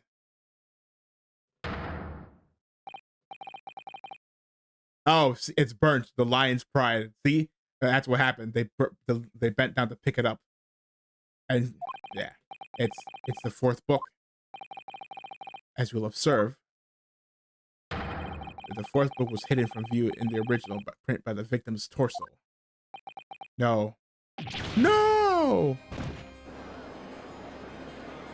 I can already see where this crowd's going. It's burnt, and we only know one place there was a fire on Briar Road. There, you see. Look at that. Look. Yes, just like I said, isn't it, my darling? Yes, sir. Patricia's always right, sir. Let us study the receipt for the book purchased by the accused on the day in question. Mr. Beat, the titles once again, if you please. Yes, of course. Picture of Monsieur somebody or other. The picture of Monsieur the Sulk. I don't know. What's his yearning? Canterbury yearnings. A meal for someone. A meal for Gabrielle. In fact, Gabrielle. As the court has just heard, the witnesses remember the book's titles flawlessly, save for a few minor details. Mrs. Beat's powers of recollection can only be described as exceptional. Did you hear that, Rolly? The gentleman paid me a compliment. Yes, sir. Flawless, sir. Patricia is flawless. But there are only 3 books on that receipt. Miss Beat mentioned 4. There's nothing surprising about that.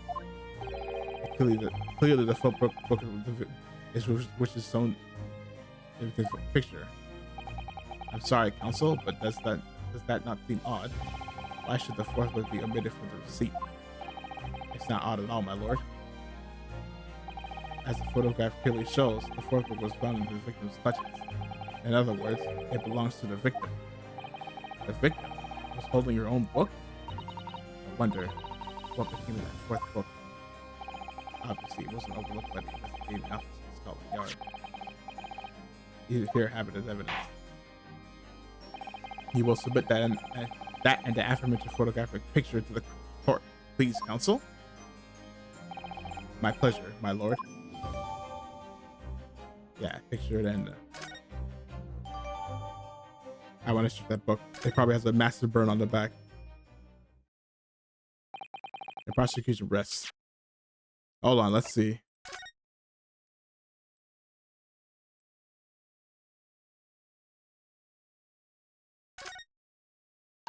Oh, look at this. This book has been badly burnt. You're right. You'd never be able to read it in this state, especially not the later pages. What a terrible waste. Judging from the scorched edges of the paper, I think the damage was occurred very recently. A book recently damaged by fire. Why does it seem to raise a red flag?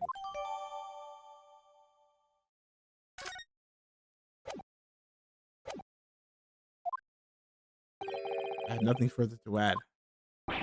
What? You seem surprised, my learned friend, but your resistance until now has been in vain. Entertaining, yes, but futile. The spirit is no longer root to the cursed lodging that you tried to establish your summation examination, and the attempted discrediting of the witness's powers of recollection in your cross-examination.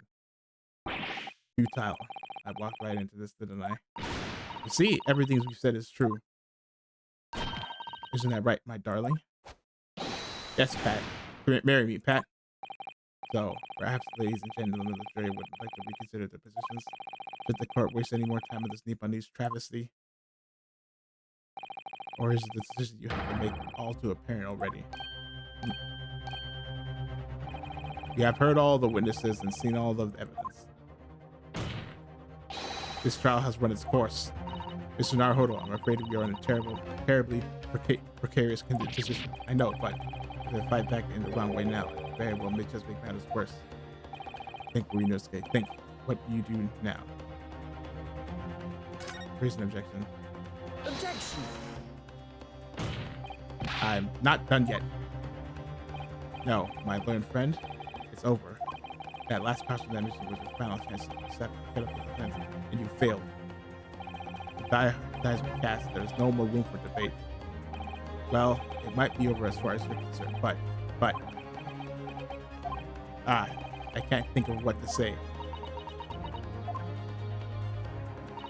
If I may, Lord Van Zeeks, it seems somewhat boorish to close down the debate at this point. Your insignificant little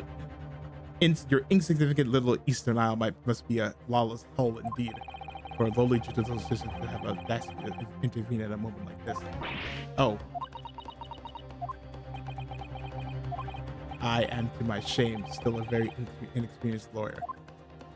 So you will have to forgive me, but I consider my assistance as essential and her opinions invaluable. Mr. Naruhodo, they don't be mean to, Susato.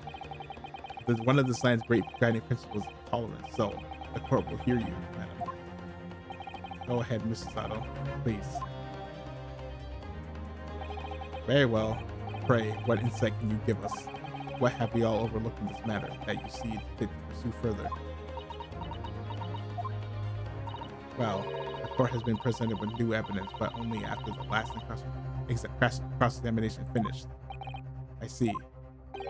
And you believe that this new evidence warrants a further examination, do you?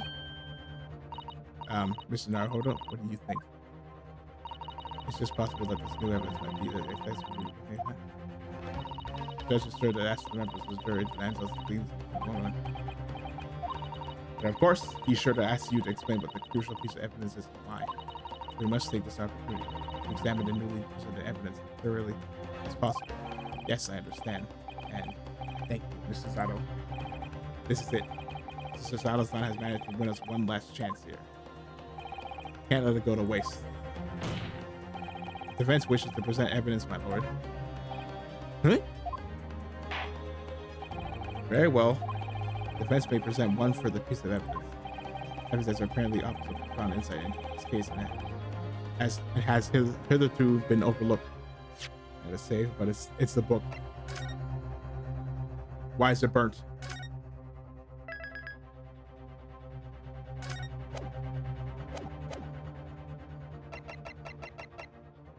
Take that! The evidence in question is what we can see from this newly presented photographic print of the crime scene. The fourth book found in the victim's hand. Objection! We have already discussed the fourth book at length. Other than it being in the victim's grasp at the time of the murder incident, no significance has been attached to it. Pursuing the matter further would be a flagrant waste of the court's time, as you well know. Yes, I'm afraid, counsel, I must concur with the prosecution on this matter. When I afforded you this opportunity, you led the court to believe that the evidence in question contained a hitherto undiscovered clue. So I must insist that you elaborate, counsel. You will identify this clue at once. Do I make myself clear? Oh, yes, my lord. It is, Mr. Naruhodo.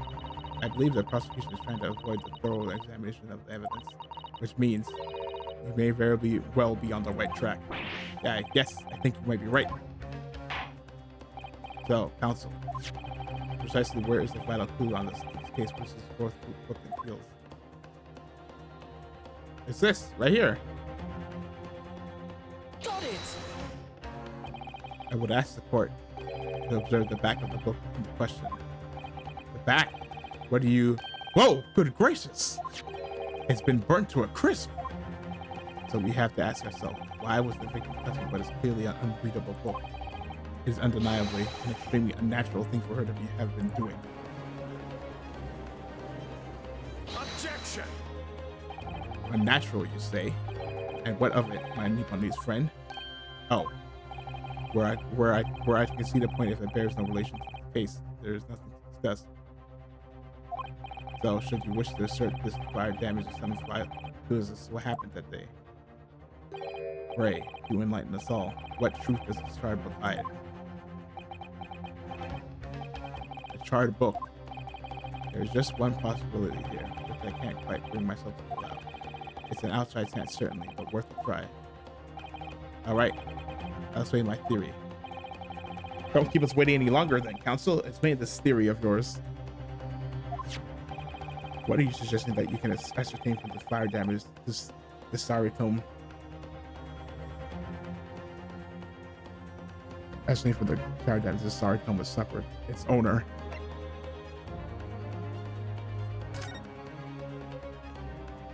My lord, the burn on the back of this book reveals a startling truth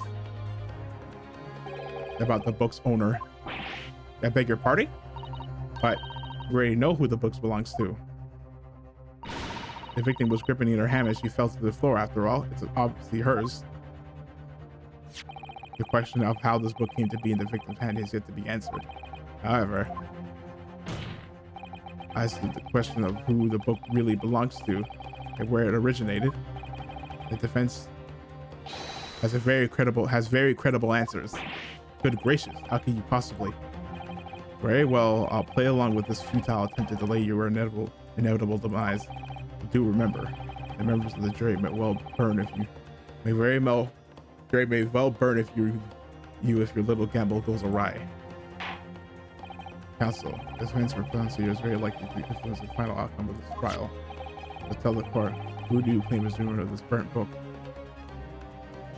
I read it.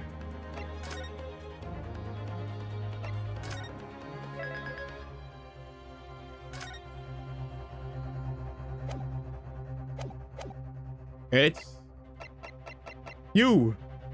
Take that!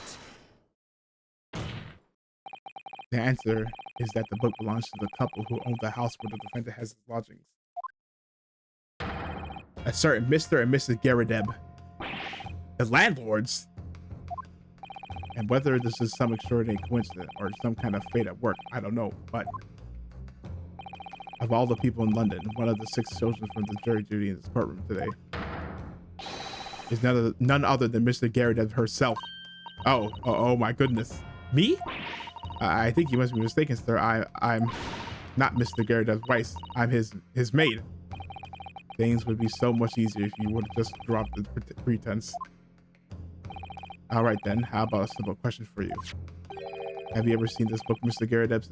Garadeb's house? I would never presume to know all the books he keeps, sir. Objection! This is outlandish behavior. This woman is the accused landlady, you say? You implicate this hardworking member of the public. You besmirch her without a shred of evidence. Your actions are unforgivable. Objection. Nope, you're wrong. Sorry, you're wrong. This is not mere conjecture. The defense happens to know that on the day in question, at almost exactly the same time as the victim was stabbed in the pavement below, another incident was taking place in the room of the top floor of the Mrs. or Mrs. Garadeb's house. Good Lord. What sort of incident, counsel? A fire. A fire, my lord. Great to say it happened in the blink of an eye with, the whole place filled with smoke. Couldn't see a bally a thing.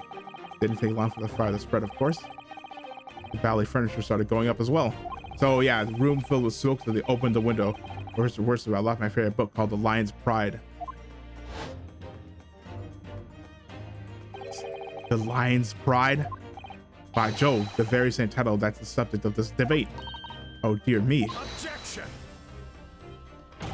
This is risible. All you told the court is that the book by the same name was involved in a fire. In which case, it would have been reasonable to assume that it was burnt to ashes. And entirely unreasonable to infer that it magically removed itself from the scene of the crime. Perhaps it would make more sense if I told you that the cause of the fire was marital discord. Without going into details, it appears that Mr. and Mrs. Garadeb was considerably enraged. Apparently, she continued to attack Mr. Garadeb even amid the flames. Oh, how awful. I can't even imagine being so horrid to the one you love. Can you really? Absolutely not, sir. My Patricia would never raise a finger against me, sir.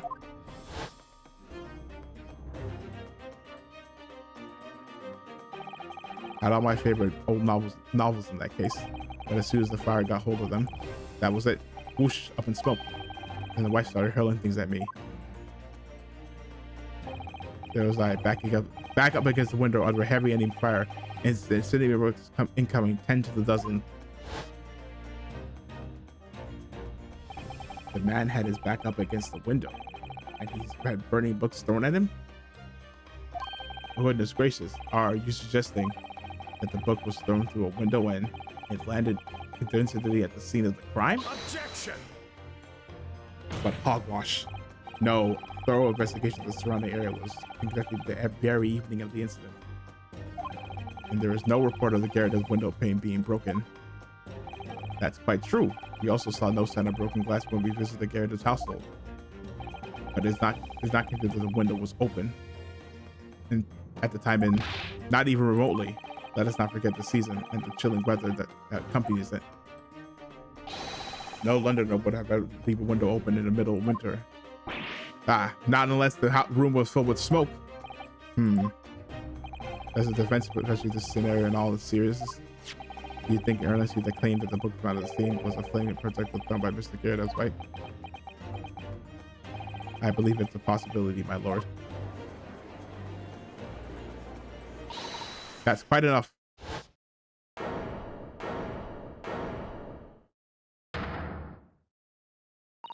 Well, I hope that everyone can see for you are, you little foreign trickster. You call yourself a lawyer, but you're just a coward. A mean coward. Really? Claiming that a little stiff set the whole neighborhood alight. Honestly. Implying that I'm merely posing as a maid for appearance's sake. How could you? There's nothing to do with this beastly case, not any of it. All you've done is sully our family's name. No, I assure you, that was never my intention. Dragging up an outstanding citizen's name from the mud simply to divert attention for your failing defense.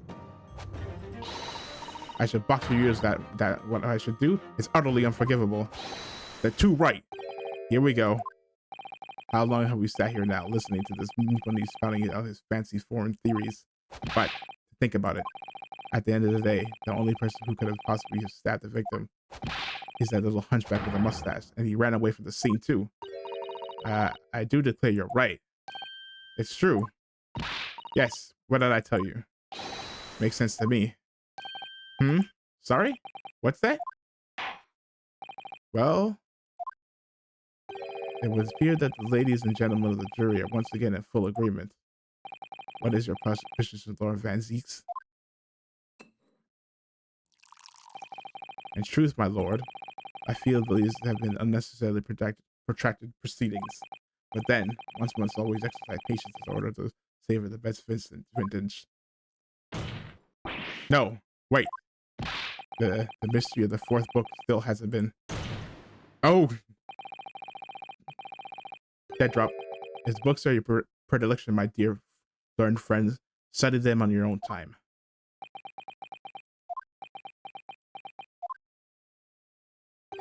What? No, forgive the discourtesy this time? Ahem, in that case, ladies and gentlemen of the jury, you will now set your individual decisions regarding the defender's culpability for the court to hear. Guilty! Guilty. Guilty. Out. Guilty! Guilty. Guilty. Guilty! Oof. Well, Ripperino.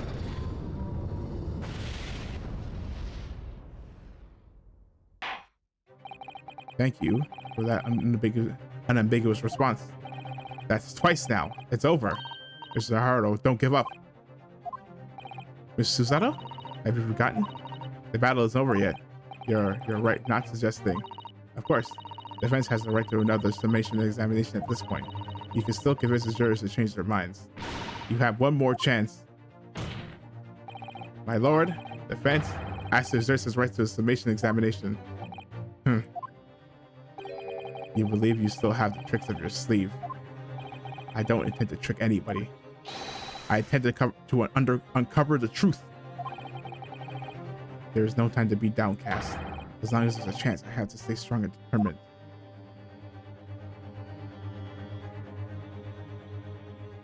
Ah, okay, that's it.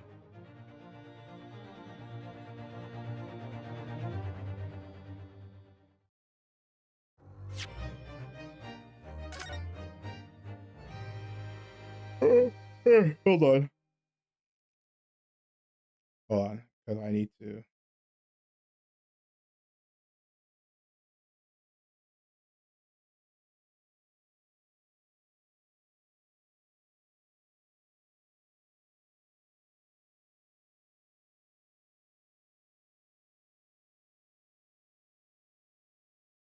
Yeah, okay, that's fine. That's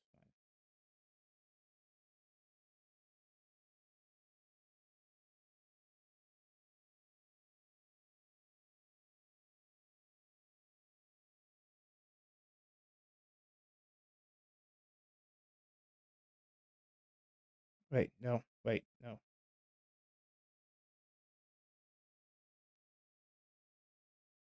Sorry. Oh, I'm checking the time. I'm just citing.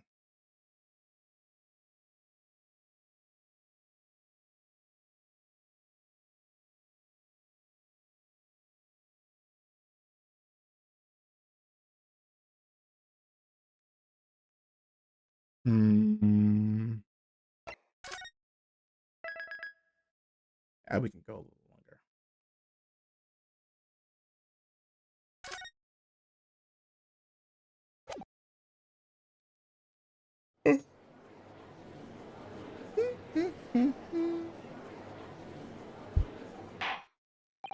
I have considered the defense counsel's request for a further summation examination of the jury, and I have determined that the court must uphold the defense's judicial right to this procedure. So, counsel, you will now proceed with your second summation examination. I presume the jury is ready, Mr. Foreman? Yes, we are, my lord. Very good. In that case, I must ask each of you now to state clearly and concisely for the court the grounds on which you find the defendant guilty of this crime.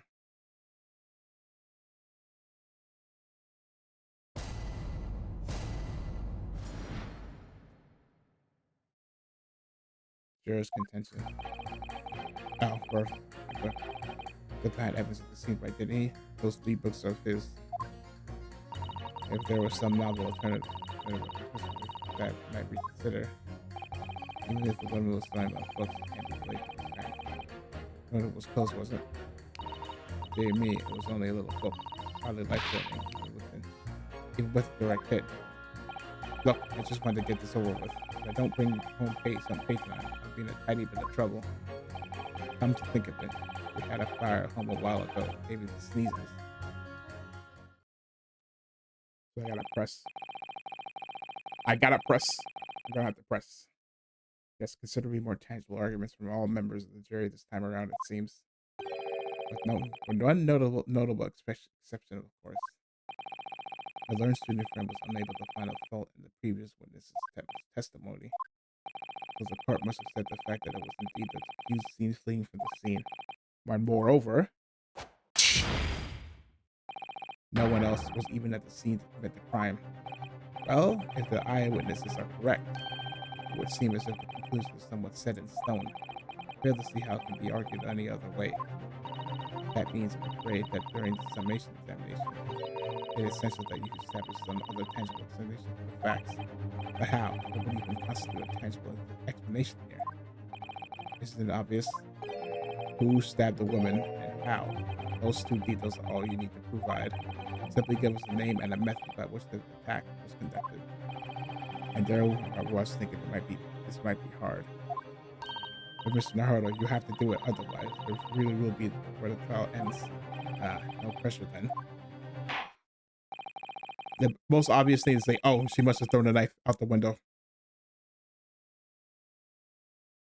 That's quite enough preamble. Proceed with the summation and examination, please. If you prove you're prepared, counsel. Oh, yes, my lord. All right, Morenosuke. Double slap, serious mode. Lock in. If you lock in, you can do anything. It's going to be the jury number 4, the maid, or should I say Miss Garrideb. We had the book that disappeared from the Garrideb's house on the evening of the incident, and the 4th book found in the victim's hand. There must be a way to link the 2. Yes, that's what we have to find. Using every technique I've learned in my short career so far, whatever it takes. Don't forget to keep an eye on Miss Garrideb and how she reacts, even to the things other people say.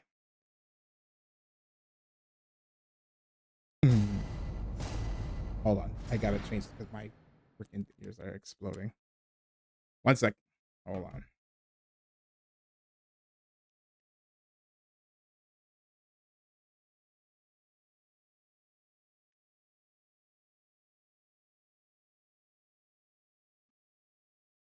The defense's rebuttal. The accused left behind evidence to see the DNA. Those 3 books of his. If there was some novel explanation. Stab.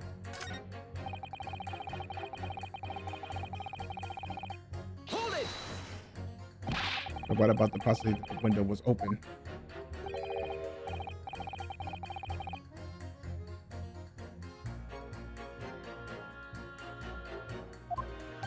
How can you be so sure? The prosecutor fellow over there said it earlier, didn't he? Weddings in London's are no joke. You don't want to invite that sort of cold indoors. To know the window wasn't open as long as it was like sitting by the fire and staying warm, you see. You couldn't categorically say that the window wasn't open, could you? It just wasn't. They wouldn't have opened it. And that's the point of even having windows, huh? Counsel, you will kindly refrain from childish bickering. Oh, sorry. Somehow I need to show there's an undeniable possibility that the window was open. Because this young man isn't gonna budge on the way.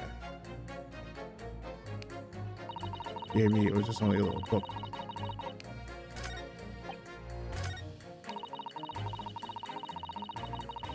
Hold it! But the little book was on fire at the time, was it not? The flames of love, I'll have you know. There's really no such thing as loving incendiary, as a loving incendiary bond. He brought it up on himself. It's playing fire with. It's playing with fire to betray a fiery love, isn't it? Well, don't you agree? Well, any kind of betrayal is certainly a bad thing, yes. But I think their argument might have arisen out of your misunderstanding, Miss Garrideb. Never mind you that. The point is we were just having a little jovial dispute, nothing more. I won't have any more of these sessions. That was it. Alright, well, we'll see about that.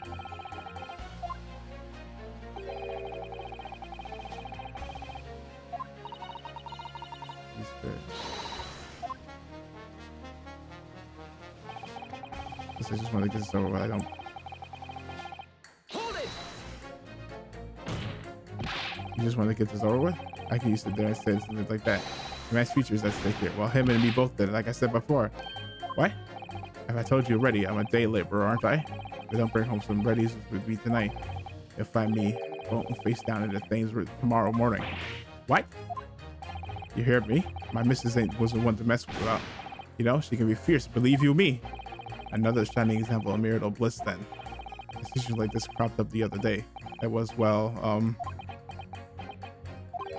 you know, it's funny, but I can't quite remember. Sorry? I was too frightened. That's the thing. I must have blocked it out. He helped. I wonder if Mr. Beetle will ever be dragged into the flames by his scarf. Don't even go there, Mrs. Saddle. There must be some way to jog his brain about this. So you threw. Think of it. You had a fire almost a while ago. Hold it! Does that have anything to do with your decision about the defendant's culpability in this case? Sorry, what's that? You'll have to speak up, lad. Could you tell us more about that fire? It was last winter. My grandchildren baked me a lovely cake on my birthday. Yeah, it had 75 candles on top of it. It did? What a sight to behold it was. You put candles on a cake? Was it some kind of devil worship? Oh, of course not. It was an angel's cake. Celebrating my birthday, obviously. It seems that's the common custom here in Great Britain, Mr. Naruhodo. Anyway, I must have all my puff to blow them out. Only must have blown wrong somehow. The flames got to go out, but the candles were flying all over the room. The furniture caught and everything went up. The whole place was full with smoke. Definitely sounds like devil worship to me. And by the seasons, I presume you didn't need a cold, but how did you catch a cold from a fire? What a fiasco it was. The grandchildren, bless them, they threw water over me as I tried to put out the flames. And then, because the whole room had filled up with smoke, of course, we had to open the windows and clear it.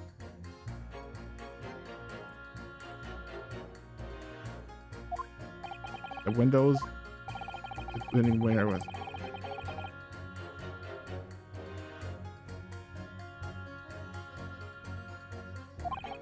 Got a terrible cold from it. It put me in the hospital for a few while. I won't forget that birthday in a hurry. I knew it was devil worship all along. There's something about this old man thing on my mind for some reason.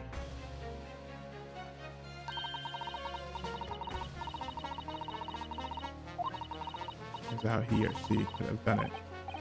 Yes, but again, Jura's statements are full of I think you're going to need a pit to make. Oh, I should be reading this. I think you're going to defend them against each other and give before the alternative explanation. Yes, I don't necessarily need to find a contradiction between their assertions. Just the connection might do the trick. All right, I'll see what I can do. If any sounds out, I'll go in for a strike. That's the spirit. Okay, so it's you two.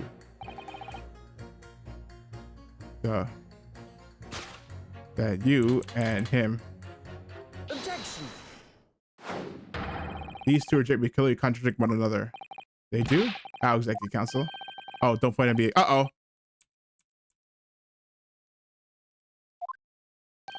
Huh? What's that you say? Speak up, lad. Speak up. Juror number 3. Do you see? Oh, me? See what, sir? Did you hear what juror number 6 account for his birthday celebrations last year? It seems, despite being a Londoner, he once opened his windows in the middle of winter. Yes, of course, because it was an emergency. I mean, obviously, if the room was filled with smoke from fire, then you'd be mad not to open the... Oh! Exactly. On the day in question, at the time of the incident, there was a fire in the Garadeb's household, and Mr. Garadeb had the following to say about it. The whole place was filled with smoke. Oh, my hat! Excuse me. Juror number 4, do you have something to say about that? Miss Garadeb. Oh, dearie me.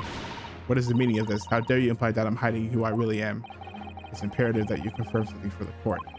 So please, if it's time to drop the pretense now. Also, that is a crime, by the way. You can't do that.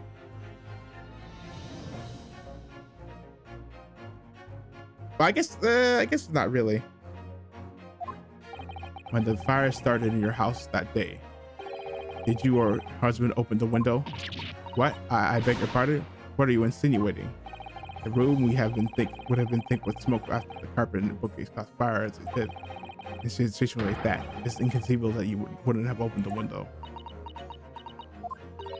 And what if we did? Oh, all right then. Yes, you're right. My husband was frantically trying to open the window, which he can't have been easy since I continued to give him justice for a book battering. Even though your house was on fire? Oh, you never stop throwing until the anger subsides.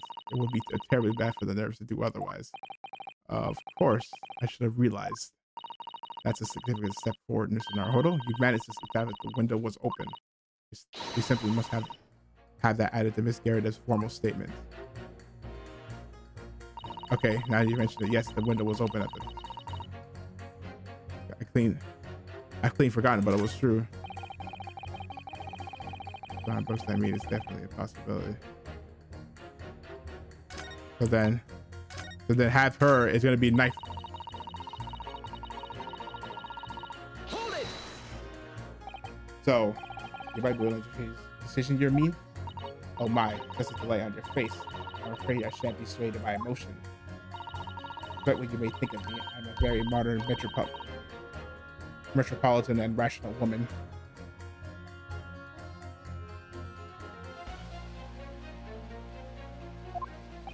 That's great.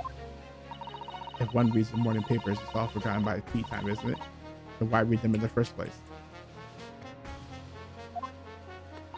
You see? Modern, metropolitan, and rational thinking. What do you say?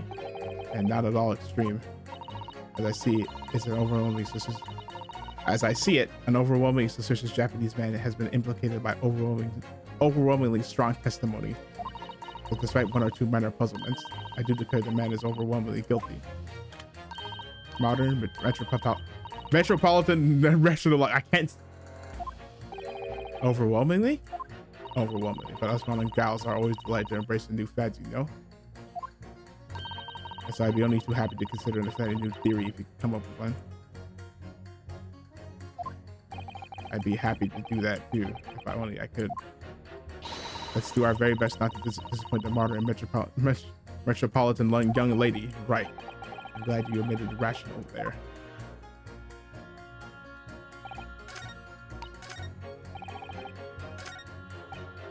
Okay, we got.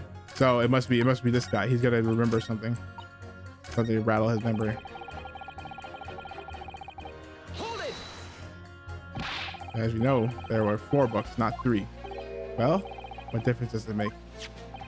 There's every possibility that the 4th book, in fact, belongs to the defendant's landlord. Yes, that's the part I have a problem with. Sorry?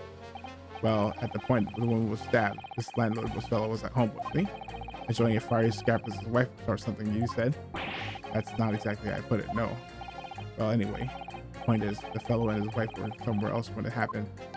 I think that's what you call a strong alibi. So it couldn't have been the landlord who did it. Well, only the knees on knees, fellow. Honestly, I can't see what all this palaver's about. It's a done deal, isn't it? I suppose it is, since I have nothing really left to say.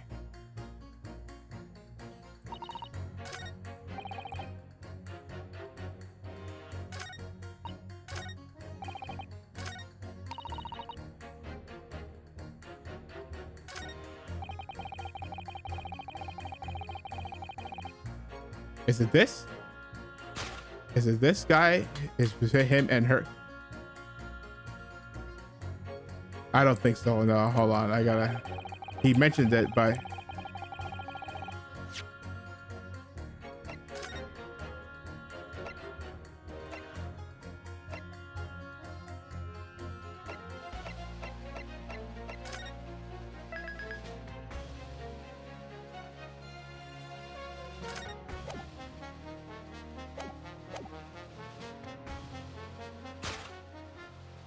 I don't think so.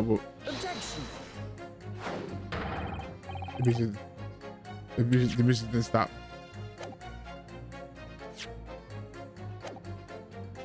Hold it.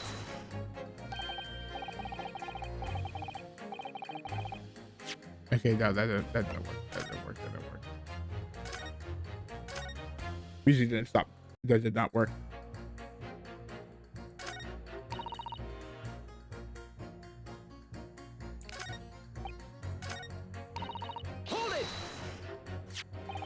The orthobook ground of the scene of the crime shows the very obvious signs of fire damage.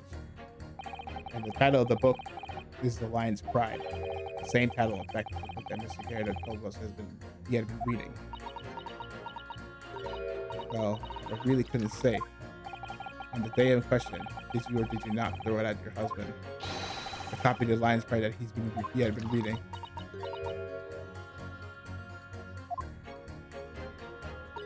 I did. It was the first thing I could lay my hands on, so I hurled it straight at him. And now you come to mention it. Yes. He was rather enjoying reading it. You're right.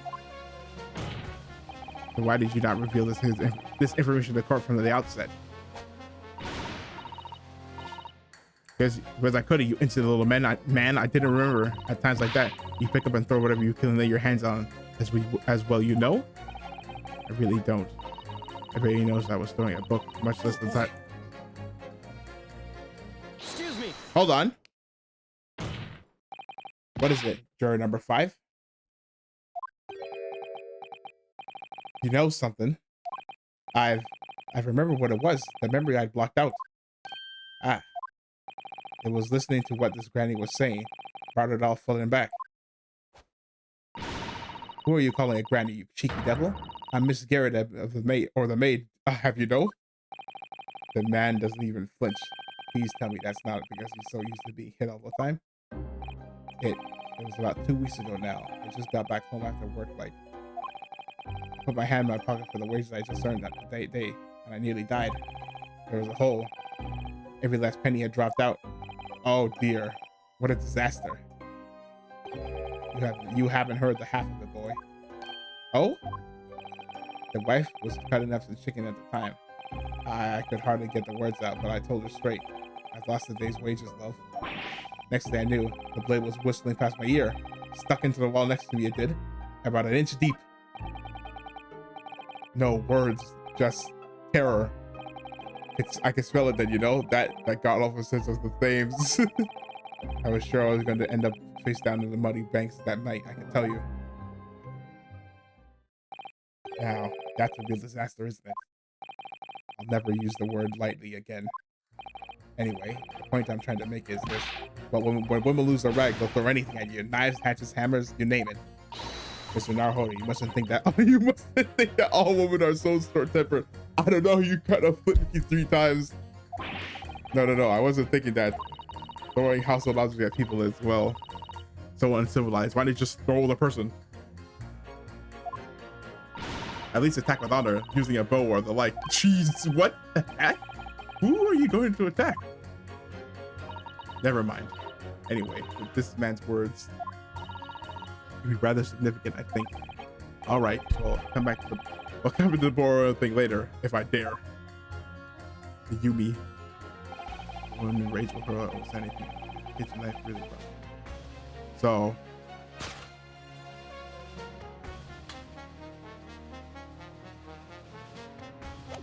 It's gonna be, for me, it's gonna be that. It's gotta be that.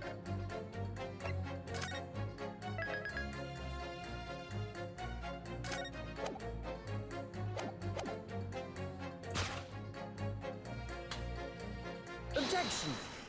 There you go. The suits have been scarcely caught by deeply significant connection. Good grief, you mean they don't contradict each other? Explain, counsel, at once. Juror number 2, do you think perhaps that this could be just one such novel alternative? Oh my, whatever do you mean? Because we don't have the murder weapon. An alternative explanation as to how the victim was stabbed in the back. What are you talking about? We demonstrated that the 4th book, The Lion's Pride, that was found at the scene of the crime, originating in Mr. Garrett's room on the top floor of his house. Therefore, it is equally possible that some other object besides the book could have found its way from the Garrett household to the street below. Huh? What's that now? After all, Mr. Garrett could have thrown any number of different objects at her husband. Isn't that right, juror number 4? What are you insinuating now, you little beanpole? I'm beginning to think that ever since the true origins of the book came to light, perhaps he's had a feeling this might be what happened. Now you listen here, you Eastern Gala. As the foreman of this jury, I demand a straight answer. You give us this yarn about some other objects making its way out the house, but what? What was it? I'm really taking a big gamble here. That was a bold accusation to make, but I haven't any real evidence to back it up. But I'm certain that at the very least, this warrants further investigation. All right, Mr. Foreman, I'll try to explain the defense's theory. The other object that found its way into the investigated house to see the crime was... Take that! Yeah, that's a big claim. We're gonna say basically, hey, I think you might have killed him, or no, hurt her, not killed.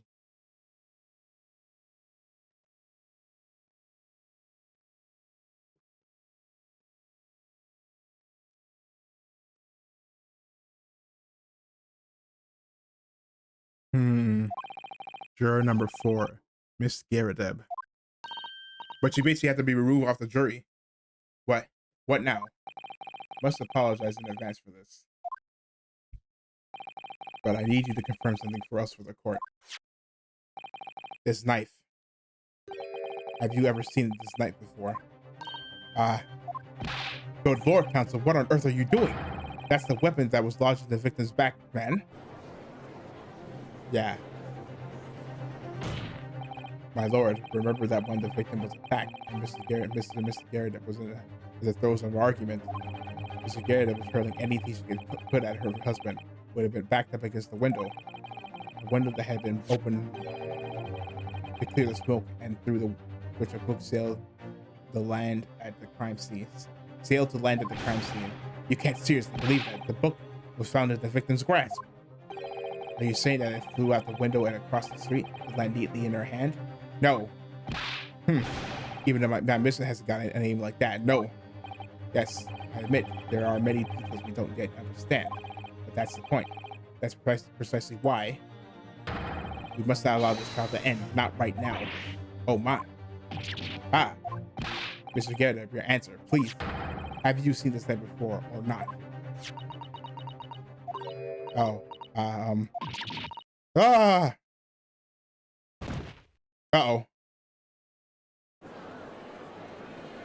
Oh, you know what? Know what I should have done? Know what I should have done? I should.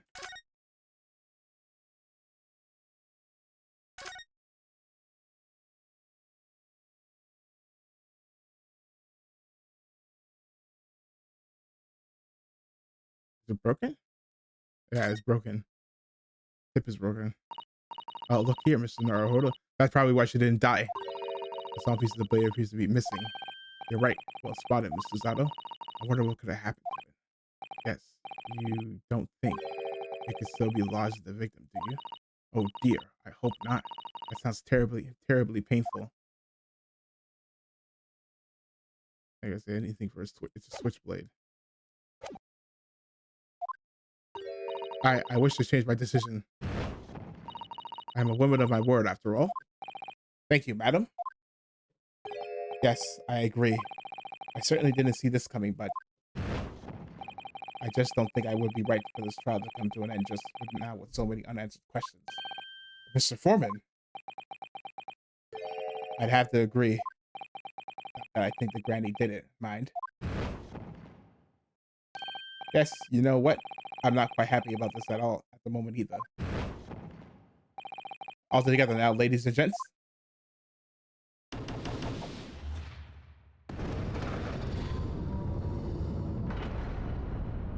Whew.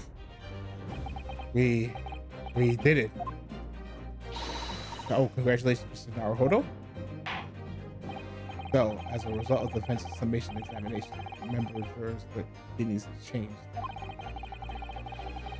2 jurors called guilty against 4 now calling innocent. Accordingly, the opinion of this court is divided. This trial will continue.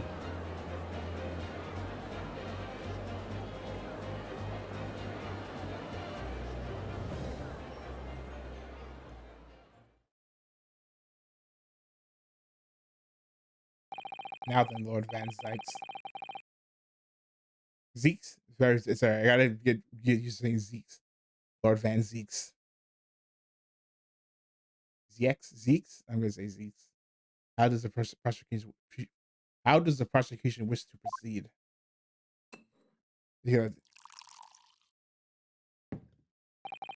this trial is rapidly descending into a farce. Throw it. Or crush it.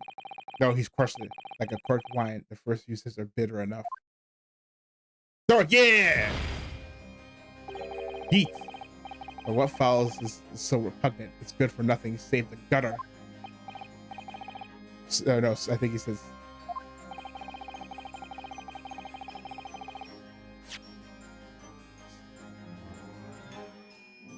Save the gutter.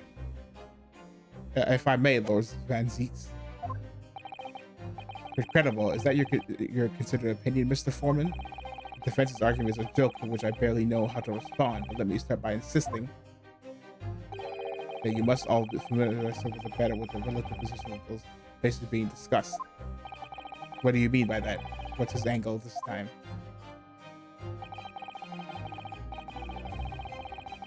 It should really be more than apparent that between the crime scene and Mr. Garrett's household, this runs a rather wide street for our road. Which means that the distance from the Garrett's house to the scene is some 15 yards. Let me see. 15 yards. That's around 14 meters. 14 meters? Oh, that's a little farther than I imagined. And as you ladies and gentlemen of the jury rightly noted as having portentous significance, the 4th book was found in the victim's clutches. Okay, so we are really going to talk about how, in other words, the smaller book wantonly hurled by the lady of the house traveled some 15 yards. It landed on the opposite side of the road, immediately between the glass victim's fingers and thumb. No, obviously not. She picked it up. Is that your final conclusion, my learned and deluded friend? And did the jackknife follow the near identical trajectory into the plunge into the middle of the victim's back? That this fantasy is somewhat stretching the notion of having a bad day for the victim, I think. Even those pathetic serialized detective stories have more believable plots. Hey! Ah! There's nothing I can say to that. That prosecutor loves the sound of his own voice. Mrs. Otto, calm down. Do you realize detective stories are pathetic, are they? How dare he? Uh-oh. Maybe let's pick our battles here. My lord, might I be allowed to speak? Judicial assistant, you may speak for the defense. Yes, go ahead. Prosecution may consider the idea of fantasy, but what the defense has partially was believable enough to persuade the jury to change its leaning. And as such, the court has a duty to explore this alternative explanation as thoroughly as possible. To that end, juror number 4, Mr. Joan Garrett, must be called to testify and submit to cross-examination. Saints alive! A cross-examination of a juror? That's literally not allowed. I don't think. I think she had to be removed. Order! Well, this is highly irregular. It is unprecedented for a member of the jury to be summoned to the witness stand. Objection! Yeah, that's impossible. Yeah, kangaroo court. Yep, toss the bottle. And unnecessary. Lord Van Zeeks?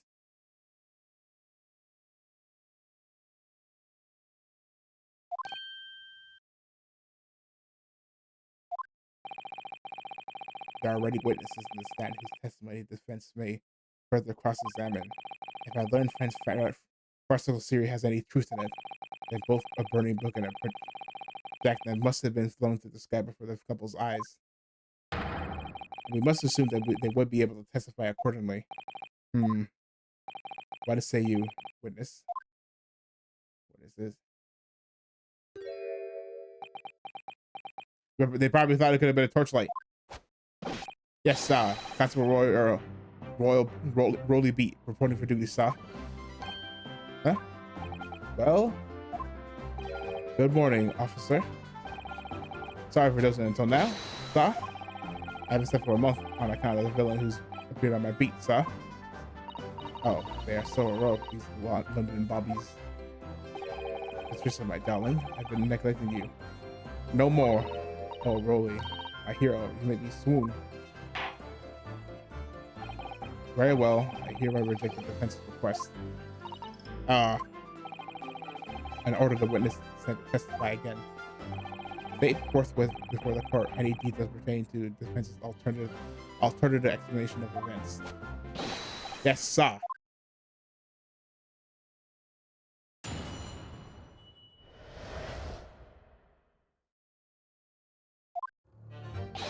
This case has nothing to do with Mr. Garrett. Believe me, a London Bobby is good for his word. Hold on, my door's gonna explode.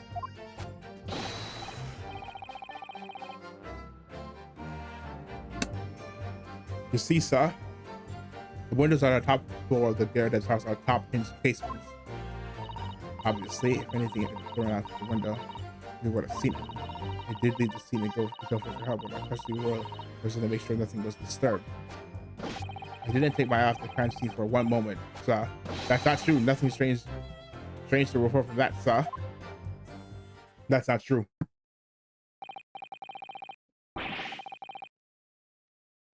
Well, this is quite startling. Top hinged casement windows? Detail was not in the police report, Constable. Yes, I'm sorry about that. I must have been a little drowsy. And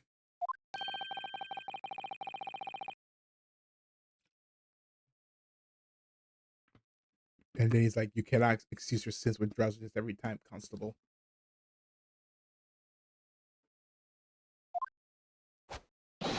No, sir.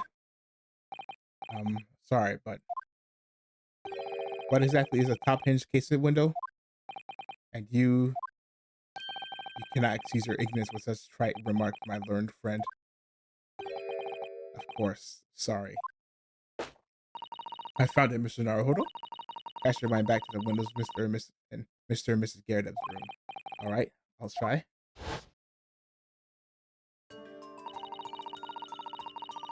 So the windows open in order to allow air to circulate inside the house. But as it's a top hinge window, it swings open on the upper edge, you see? I'm glad you've rectified your ignorance. A casement window's most prominent feature is a stay, a metal bar which prevents the window from being opened beyond a certain amount. It prevents it from opening? This is all news to me. Absolutely correct, sir. In other words, if a book or knife were to have been thrown through the open window, it would have to clatter against the pane and fall straight down the pavement below. No. You see the problem then? Good. Your education's Windows is complete. There was never any possibility of either the book or the knife traveling 15 yards over the road.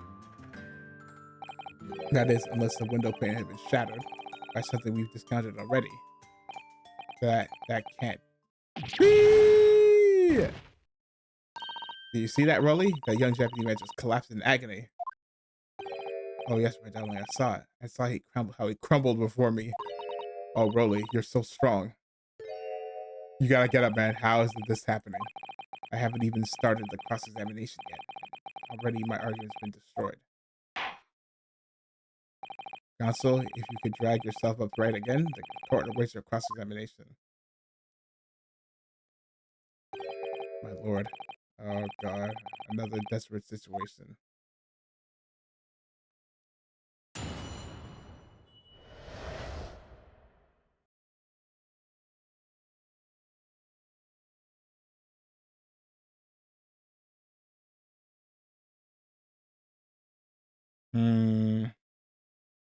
Okay. I think I'm gonna end it here.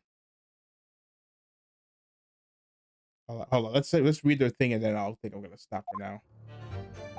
This case has nothing to do with Mr. and Mr. Garrett, as believe me, only Bobby is good for his word.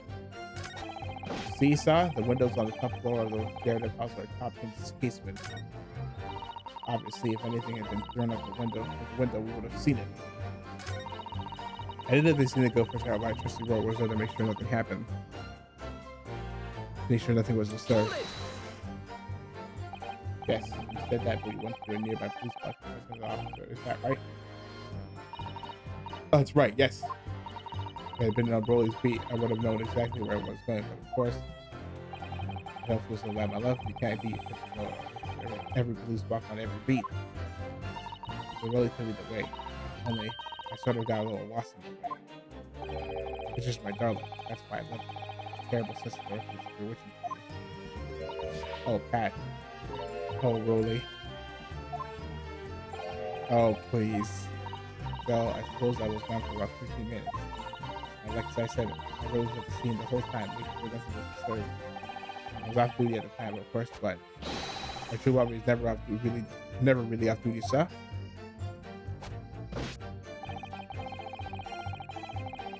Sorry, nothing's changed from sir. Nothing to report.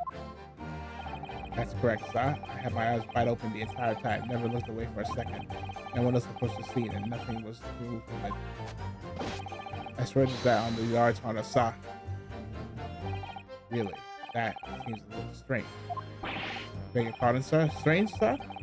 Seems altogether regular to me. This burnt copy of the lion's pipe was originally in the Garrett house, but the question remains: how did it find its way into the hands of the victim? Can you shed any light on that, seeing as you were at the scene of the crime in the entire time? Aha! Could it be a different copy, sir? One that just happened to be burnt as well? Even if that were possible, why would the victim have been grabbing a book like that in her hand? As we can see from the photograph or print, she had a bag over her shoulder.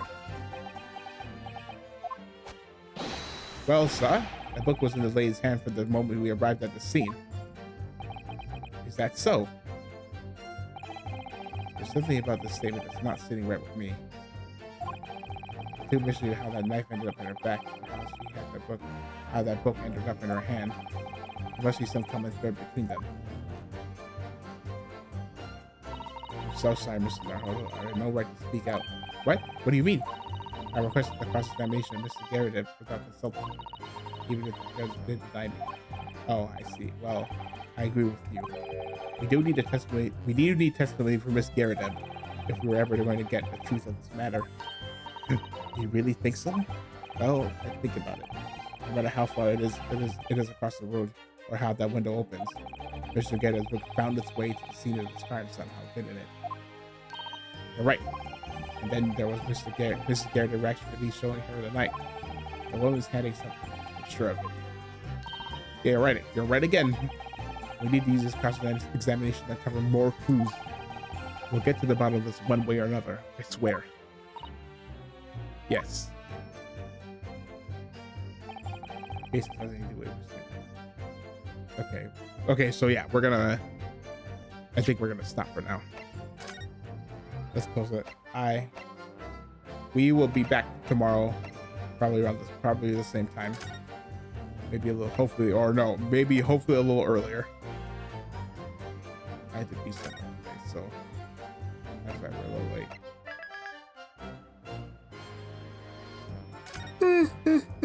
So yeah. So that's gonna be it for me for today. If you like what you saw, consider leaving a like, follow me on Twitter. Hold on. Shut up. Okay. Yeah, follow me on Twitter for stream updates, bad tweets, and YouTuber reposts, and hopefully I will see you in the next stream. Bye bye. Bye bye bye bye bye bye bye bye bye bye bye bye bye.